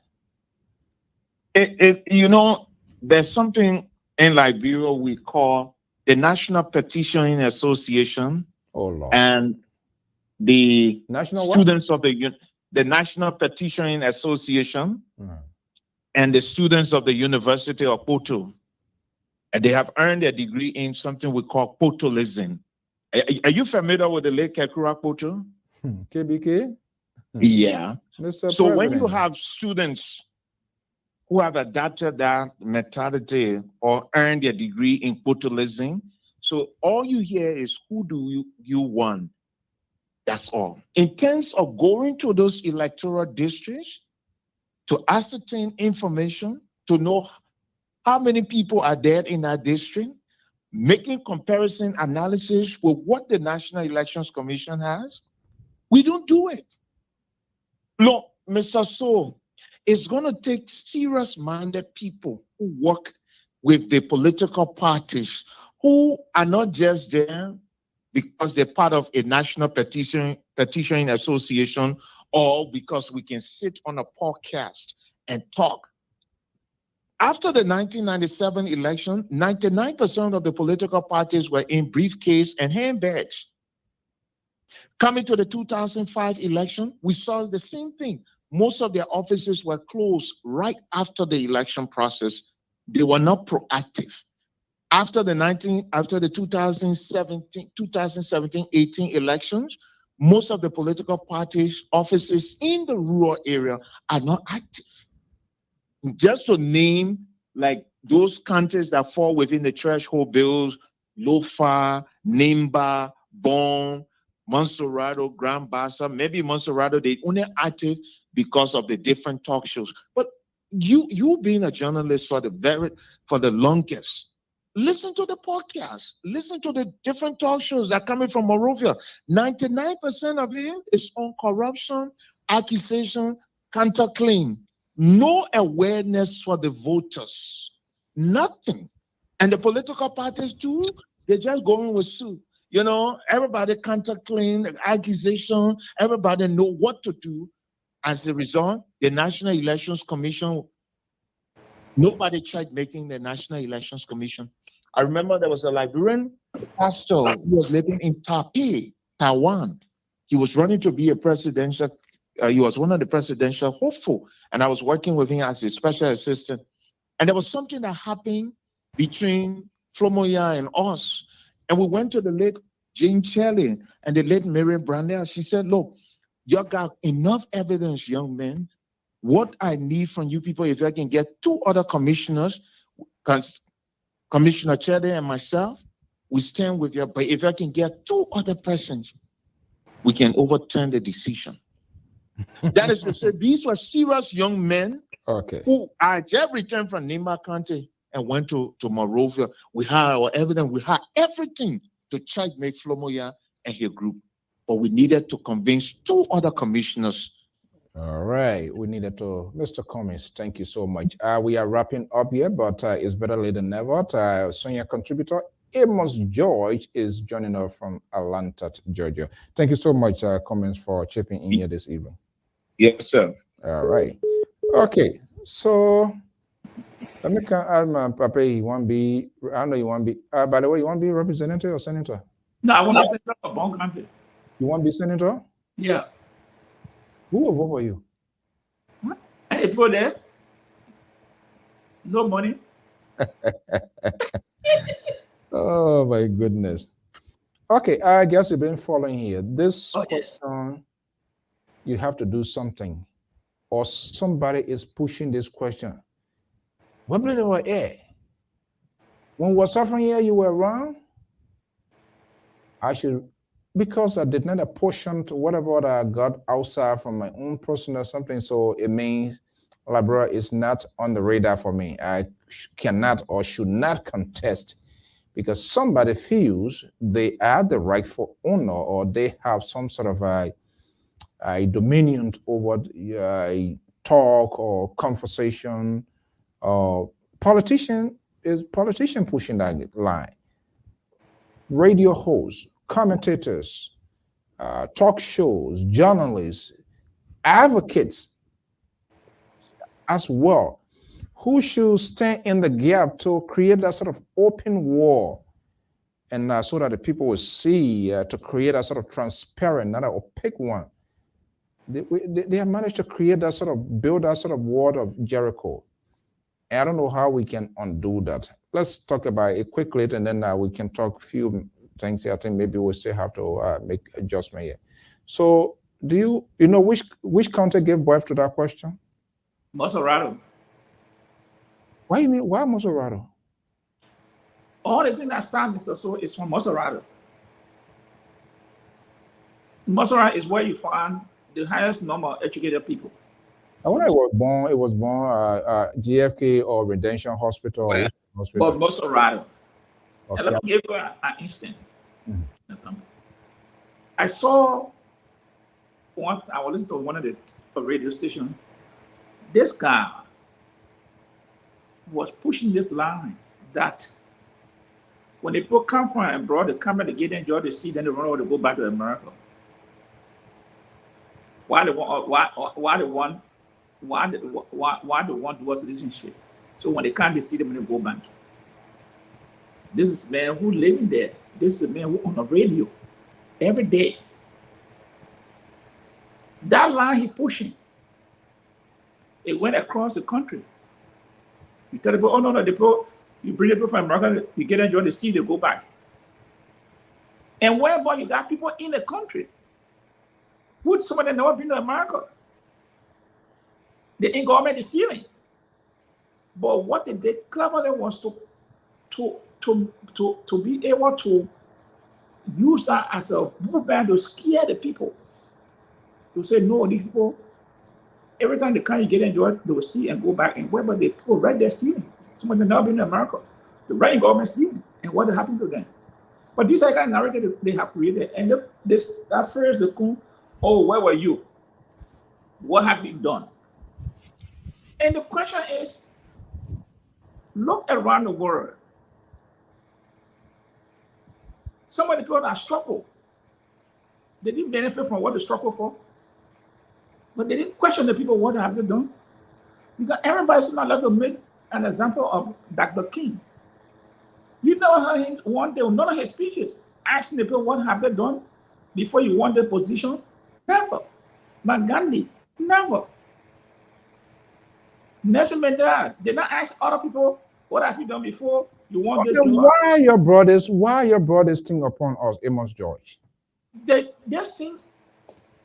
brought this thing to what? To silence or to ostracize you people. That if you have the opportunity to leave to go anywhere to see a greener pasture, it means that when you come back, you're not supposed to participate in the government, because whatever you got from there, how you got it, nobody know, nobody help you. You are not shared with people, so therefore you are not entitled to serve in government. That is the notion that they have created, and they have been very successful. By the time you say one day, they say, "Well, wait a minute, what have you? Where were you?" But hey, how were you? Where was I? Do you expect everybody to remain in the country? Nowhere. Everywhere around, everybody cannot stay in their own country all the time. Some people be lucky to go up. Some people lucky. Oh, your guy that is this question here for me. I don't have things here that you sometimes the liberal progressive. He's going to be trouble very soon. He's getting prepared to return. He's going to be a pain in the neck. But most of the time, your guy that you support, that's the question that is over his head. He needs to go into a retirement when he was enjoying with Coca-Cola and all of that. He didn't do anything. He wasn't in Liberia. He did not go in during the wartime and blah, blah, blah, blah, blah, blah. I don't believe people just gave away. I don't say people I'm not saying people should not give, but this sort of a conspiracy aspect that is being inserted into that yes, anyhow you must. I'm gonna share what I have, what I work for, how I work for you. You were no around. You were acting crazy. You were doing stuff to appease yourself. Do whatever you can. You don't even know, but you are demanding that I should share mine. It should be done at my own volition, right? I should do it at my own free will. Yeah, but demanding that I should share with you, I should give you in order for you to give back. And you and myself coming from the same background, I do not believe in that. Why someone think that someone go work night, day and night, and you're sitting down there, probably you don't doing anything, but by the time the person comes to say, oh no, what the person had done. But what have you done? You were sitting down there, what have you done? The man who went outside there came back, maybe were able to give something to a school. And the reason I hit that question, Amos George, not to interrupt, because it commensurate with the arguments of our brothers and sisters. When the war was fighting, they left us here. Yeah. We were born together. You know what? My man, they used to call me Reuven's ambassador. I was at the podium. I want to say hello. Are you ever behind me? So I'm gonna go by Liberia. That's the only way you know I'm a hero and that I mean by me. Yeah, but you didn't know my condition. So if you choose to stay, like okay, you ran away, you went to Banga.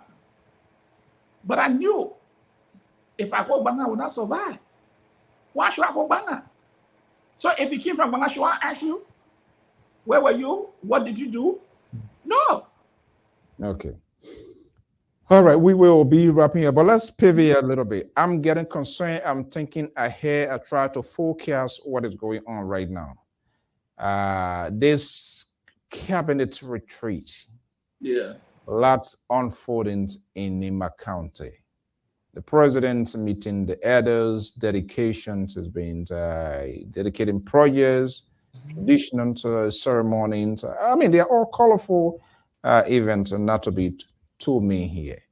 Do we need to go much deeper the intent of this retreat and some of the discussions that are taking place right now? Is just a real cabinet retreat, or should we just pause, take a little deep breath, and wait and see whether we're going to be a statement coming out of that? Or is they are politicians, so it's politically motivated? Is Prince Yomi Johnson, the senator of Nima County, is he trying to be the center of this whole 2023 to say, you know what, I will shut down Tiawant Ngonglo. So Nima will be the focus point. We know what is ongoing right now. The NPP and the NPP, their term coming to an end very shortly. We see the device within the NPP. Your sister Joelle Howard Taylor, we don't know what her fate going to be like. Is Prince Johnson cutting into Joelle's political future?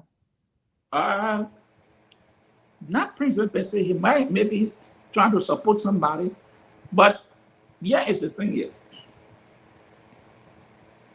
If Tiawant Ngonglo is running on any side he goes, he also on Nima, he will get vote from there. So Prince Johnson, he grip like before. I don't think it's like that in Nima County now. Moreover, when you have a son from Nima that has now that he's contesting, even if he doesn't contest, if he tries to support behind somebody, he will still make a weight in that county. But yeah, my whole thing on this retreat, you know, this is an abuse of the resources of the Liberian people. How? Mr. So, if you go on a retreat, it's not a political rally. Because the funny thing is sponsor is the government resources. So if you go for a retreat, that cabinet retreat, that 3 or 4 days should be centered around policy, what people want to do or what people have done. Okay, I think that's a valid point there. But to suggest is, of course, they are government official. You think what they're going to do? So here's the thing here. If the Democratic Party is going on a retreat in America, they sponsor that retreat. If the cabinet, if Joe Biden said the cabinet is going on a retreat. So what are you saying? Are you saying is article what the party in CDC retreat is not a government of Liberia? No, Mr. So, get this clear. CDC is a political entity. They won an election. Yes. The government ministers or legislatures, they are paid by the Liberian people. Yes. If you go on to have a retreat for your cabinet ministers, you do it as a retreat on the government. But you cannot leave from there to organize rally. You see people joining party. Who people coming joining? You didn't see the whole people they announced that join CDC? What? But hey, is that what you have problem with? No, Mr. So. No, let me ask you. If you don't have a problem with, fine. But I have a problem. I'm asking you. We having a conversation. I say, is that what you have problem with? Yeah, you're using government time to do private business. That's government resources. You're using government time to do private business. If CDC organizes a retreat, they go there, fine, sponsored by CDC, no problem.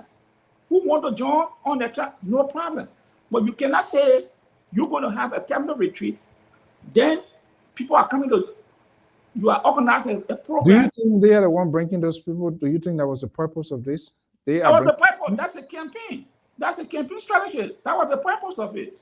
But I'm saying you cannot use the resources of the government to fund your political campaign. That's what they're doing. Because all those who are being in the team, the money is not coming from CDC pocket, it's coming from central government. At the time, that is wrong. CDC want to sponsor as a retreat, fine. But if you're using the government, then every bit of time should be used by the government, for the government, because they are paying for it. That bill going to be afforded by the government. And you're using it to campaign. You can't do that in America. Yeah, but the government, they are having sections, they are having meetings. Or should we wait? Are we jumping ahead of our shadow? No, we're not jumping. That's a reality. That is the reality. Is there a violation here? And if that's what? See, if we're in America, you know, in America, the RRC will never use, Joe Biden will never use a cabinet retreat to go for partisan to come and join party there. You know that will not happen here. It will not even happen. Don't think about it before. It will not happen here. Because the government, on government time, using government resources. In that way, it's supposed to use to recruit people to come, they come join your house. You know, it's strictly a retreat on government policy for the people. So, but again, it's Liberia, it's all mixed up. And I'm sorry that the opposition is not supposed to be asking that question. Because these are legitimate questions we're supposed to be asking. The party wants to have a retreat, they can have it. But when the government has a retreat, you cannot take that government time, resources to bring in party policy. No. It's a what, double standard, you think? It is. Or triple standard? It could be triple standard, but it's just wrong. For me, I started to that, but I said, no. You want to have a... What do you think, what can we guess going to be the outcome of this cabinet retreat? Will there be some sporadic, some changes here? Are we going to see some sort of statement being condensed and put into context what this retreat is all about? Is that what we want to see? Yeah, they will come up with a statement, but the idea here, even if that's the they can write everything good and put it out there. Definitely, you expect that at the end of the retreat, they will come up with a statement saying summarizing everything that they talk about or what they're doing. They will say that. But the actual fact on the ground here is that all these people who speaking, the person gave 5 minutes for someone for a presentation. I don't know if the minister has 5 minutes for a whole year, what a summary or the recap, what he or she had done in that ministry and where they're taking the ministry to. Within 5 minutes, I don't know. But here's the thing here. The retreat, and I will always say this, the CDC folks, based on their own program, promise they made that every year they will take 600,000, 100,000 people out of poverty, lift people out of poverty. They cannot produce no document. Let's watch a little bit here before we wrap up. That was this one that is in Gampa City. The president meeting with the elders of that area. I want to now call on that superintendent that you sent in Lima County to represent you, Honor Master Division, supervised by the corporals as well, to come forward to present the gift that our people have brought to appreciate you as their son this morning.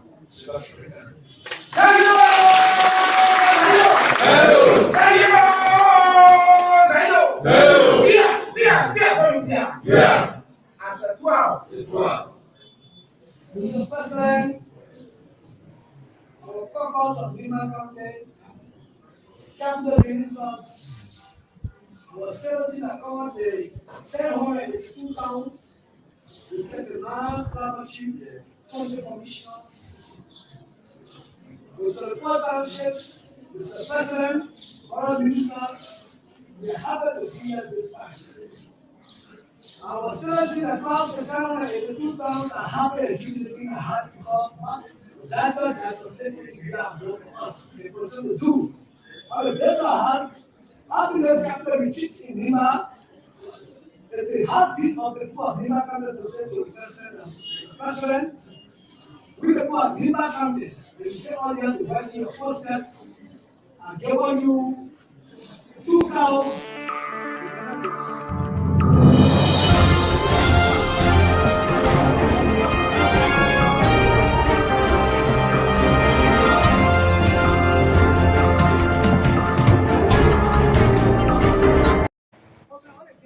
You heard a man. You heard a man saying that. It's cabinet retreat. So why you want to change the why you want to change the name? No, I'm not changing the name. I'm just saying, portion of what they did dedicating the time to is not cabinet retreat. You're using the government time, and you're using resources that was not supposed to be used for that purpose. Now you see that, Mr. So, you know, small been around for a while, and we saw the same thing play out in Liberia. Dota, Time, Ellington, this thing they continue to play out. You come there to stand that the entire Nima County, this is what they say about you. And you know, we know, it's like the soul say one, soul say all. You bring few chiefs, and you say, okay, this is the entire county.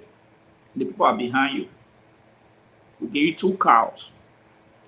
But during the retreat, it had not ended yet.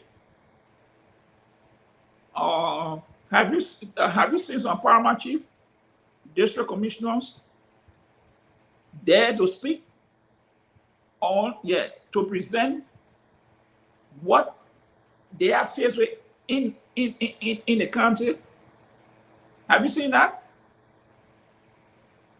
I'm waiting to see that happening. These are the people who are on the ground. They are part of the government. They are the one who interpret local government policy. They are the one on the front line, directly in contact with the people. Why is it that none of people are coming to speak, to say the progress that the government has made or they're making and what they want to do in the future for the people? But you bring them to come and greet the president, to bring cow. Why they are not participating in that retreat? To bring policy forward, issue forward from the people, so the Ministry of Local Government, Internal Affairs, and Planning can take those policies and to put into action. Why they are not participating? So this is what they're doing there. The update is good for them. You know, it's good for them. The update is good for them. But the reality is, it's not true. Because the retreat that they did, what are the policies for the past 5 years they had done to impact individual lives? I'm not talking about the general thing here, but as an individual, ordinary citizens, what have they done to change? Why you gotta narrow it down? Are you asking what have they done to help Nima County or individual, you say? Oh, Nima County is just where the holding the retreat, but the country as a whole.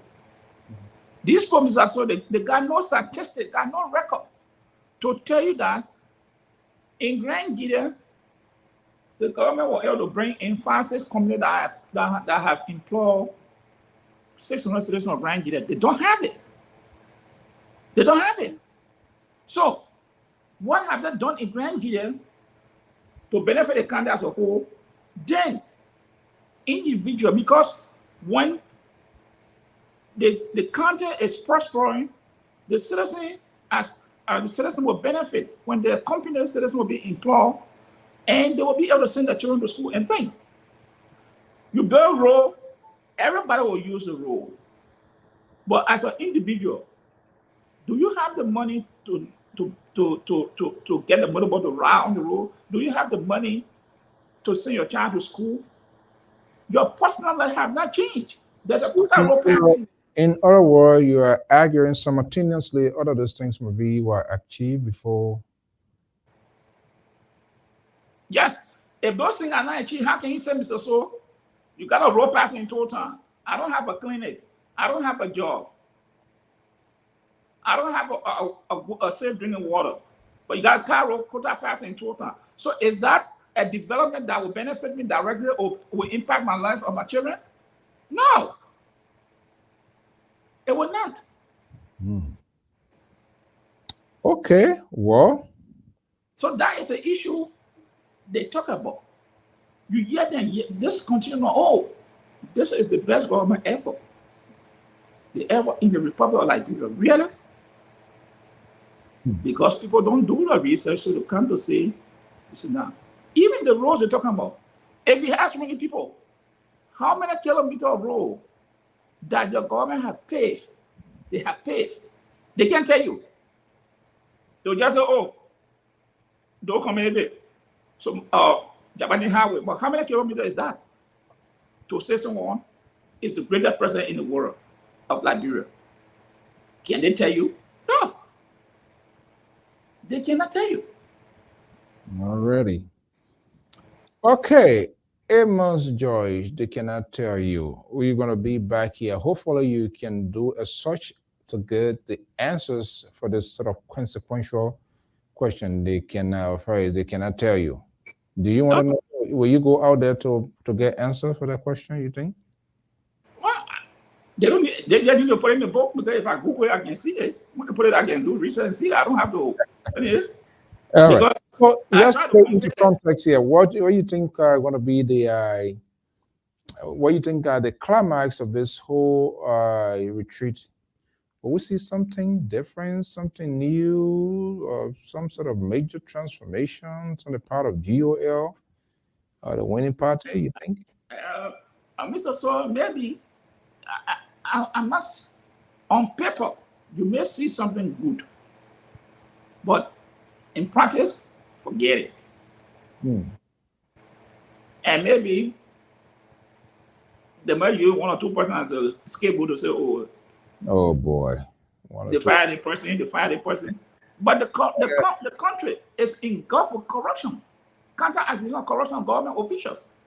And nobody at the retreat speaking about good governance. This whole corruption here is everywhere. All of them. Opposition, imposition, government. They are all corrupt. Do you agree? Yes. Yeah, but Mr. So here's the thing. Who's supposed to prosecute these people?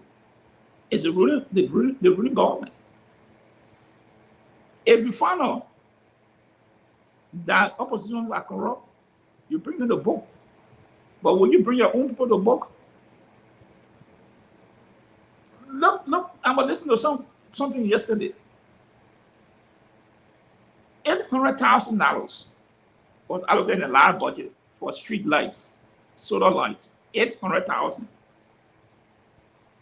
By the way, Ganta was the lights of Ganta today, right? Yeah, I think so. So that is the money. That is the money they're using as a campaign weapon. The national legislature allocated $800,000 last year for street light for cities around the country, but they have money effectively to use it as we are light. We are is lighting of the city instead of GOL. The use it now we are lighting the city. Whereby $800,000 in the United States was allocated in the budget to electrify street solar lights in various cities around the country. You know, but these are things that are happening in the country. Why would people be using $45,000 to buy a car? $30,000, a country that poor.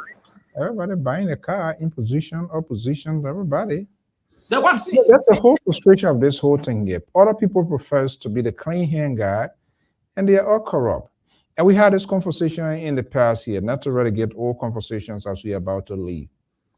The COVID thing, during the heat of the COVID, young Bobby Wine, who is a politician, He felt whatever the government was doing, he felt that they were doing wrong. What did he do? He categorically, he rejected that. But we have an opposition who wants to be in 2 10 places at the same time. They grab here, they grab there, and then they run in the daylight to be the clean guy. So I don't understand. No, Mr. So, you know, Why are they not decisive as well?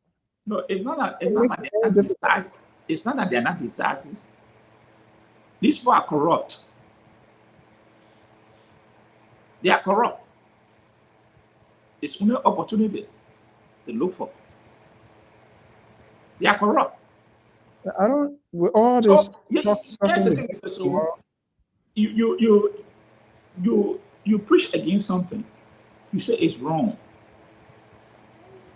but you go to do the very thing. You're being hypocritical. You are hypocrite. The very thing you said was wrong. You go there, you start doing it. And the question here, because you're discovering earlier, we have made our people that we must provide something for them. That before you give me this, you got to do this.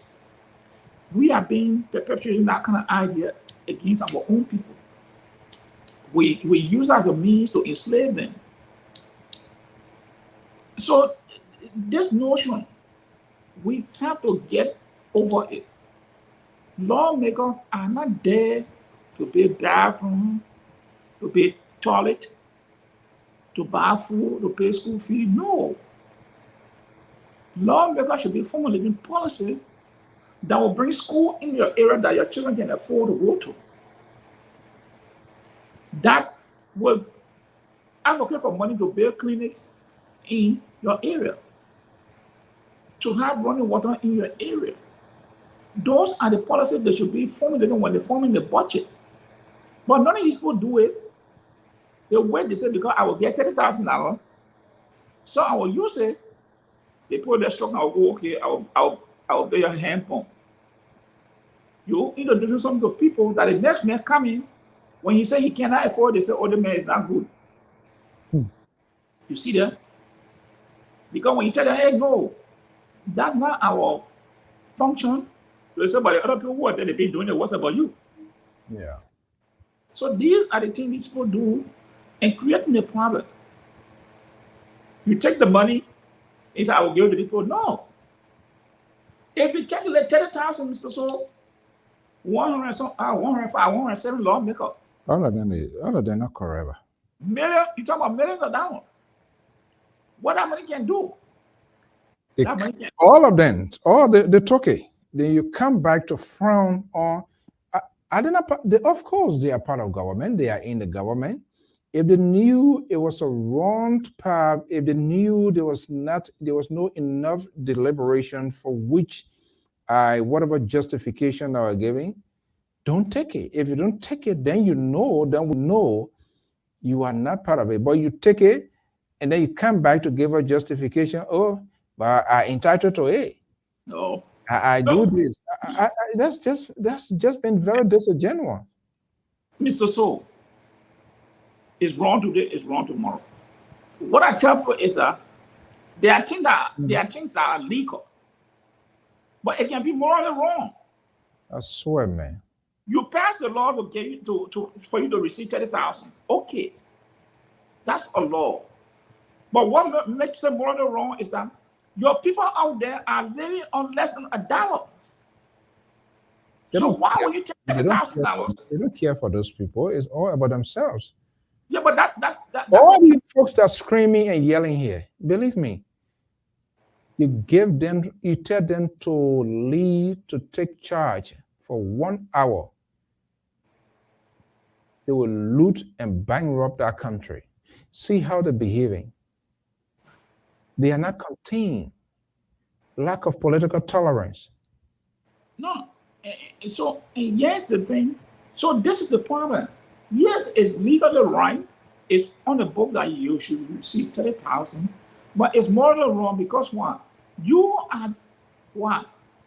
You are making other people suffer of that money receiving. Yeah, did not get time for it. Okay, so by God's willing, we're going to be back here on Friday. A lot is unfolding. I believe the retreat home, I think. Our guy is embedded at Emmanuel Yapo is reported. He's embedded with the group in Nima County, and we're going to be hearing more. Hopefully, the Liberal are going to be joining us here very soon, and we're going to be having more conversation. What's your take-home message? You know, Liberians should embrace themselves. It's time for them to think very critically as we approach these elections. Because I say something, 5, 6 years, you didn't do it for me. The next 6 years, you'll not be coming back. Why you think that you want to look back at me? So Liberians, they should be thinking where they want to take the country, because it's not working.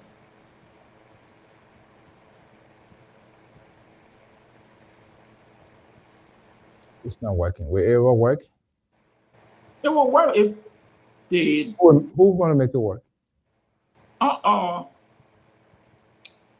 People, I mean, leaders, if voters make good choices, they will look for people, they will look for good ones. You see, one thing here is, it don't take a group of people to change the system. 1 or 2 persons can change the system. Because what they will start, people will start falling in line. The whole country, like, bro, not going to say, we got to change it, people will change. No. It's just people with certain idea to say, you know what happened? We have done this thing for a long time. This will not do it this way. And whether you like it or not, I'll fail. Any trouble comes, I will take the responsibility, but we have to go in this direction. That's what needs to happen. Okay. Everybody in Liberia are bad. No. Everybody in Liberia are not bad. But the few bad ones, they surpass the good ones. The few bad ones, because what they do, they have been able to calibrate and galvanize themselves and tell people, hey, this is what is right. Either you take it or you leave it. And many times people say, okay, what I will do, I will just sit down now. Anything to do, that's it. And that is not a solution. That's why I always say, the women will start talking, then the criminals have succeeded. Because they will say they will not talk again. So the girl green like we can do anything. But as long as we continue to talk and call some people names, we will continue and it will change. You want to start calling him now? Look at the whole entire legislature. That whole place, no exception. That place is rotten. It's rotten. Everybody there is about a pocket. Everybody there is about a pocket. What is the definition of no exception? What do you mean? That means what? 32 senators? Is it 32 senators? They're all corrupt? They are all corrupt. Opposition, imposition, outside position? Everybody, Mr. So. Everybody. There's one person there that can say, you know what happened? Under my salary, I take it. Thing that I know is not right, I will not take it. No. They will take it, then they want to justify it. And you know that what you're taking, you got someone, but you're not satisfied. You are hurting other people. But you don't care, you say, because it's there. Or if I leave it there, the other people will take it. Like one time, this man, the late Dr. Gwaningali, someone told me a story. One of the guys from JFK, he was on the board.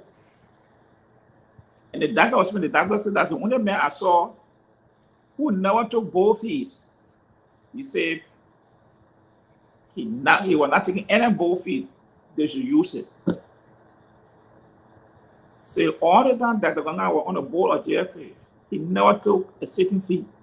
He refused. All right. Okay. We're going to bring the curtain down this evening. So we're going to be back here by God's willing. Friday evening by God's will. We're going to be back here with more news, information, and entertainment in a very small context. News is what we really want to focus on. And hopefully we're going to get an in-depth of the conclusion, hopefully that wrap-up meeting. And let's see whether they're going to be a communique or some sort of official statement coming from the ruling establishment. Oh yeah, some of the things, the gap that they break at the retreat. And at the retreat, I agree, the retreat should be a strategy section, ministry, agencies, autonomous agencies of government, and to kind of recalibrate. And the government maybe can take a definitive position. I'm not saying they're not going to do it. I'm just jumping ahead of my shadow here. Amos Joyce, I want to thank you so much. Where your man? Your man welcome, is it in Germany? I saw. No, I think he should. I saw some Germans people to come vote or what? Where he I saw some. I think he'll be in Maryland this weekend, the 14th. I think July 14th.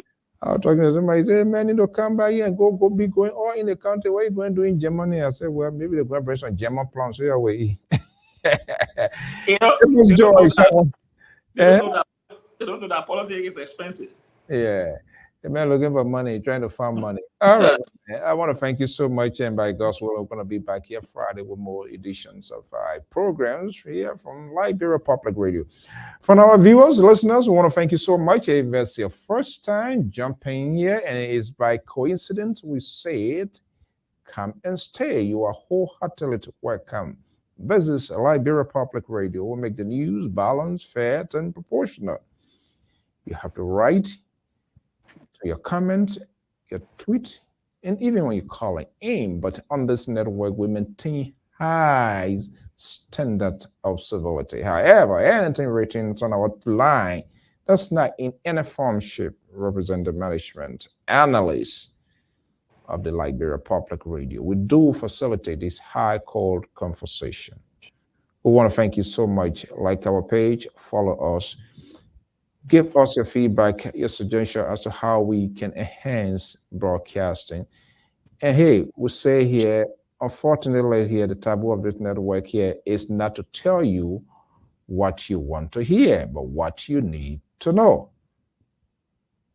That's the difference with others. No duplication, no similarity. We do it and intend to do it what is right. It's 9:51 p.m. Eastern Standard Time right here in the East Coast, New England Bureau of the Liberia Public Radio. I want to thank you so much for sharing your midweek with us. Send us your comments, your tweet as to how we can enhance. And maybe there are things that we should be talking about, we are not talking about. If for whatever reason, God one knows, whether it's on purpose or it's not delivery, you be the judge. Let us know, and we can have that conversation.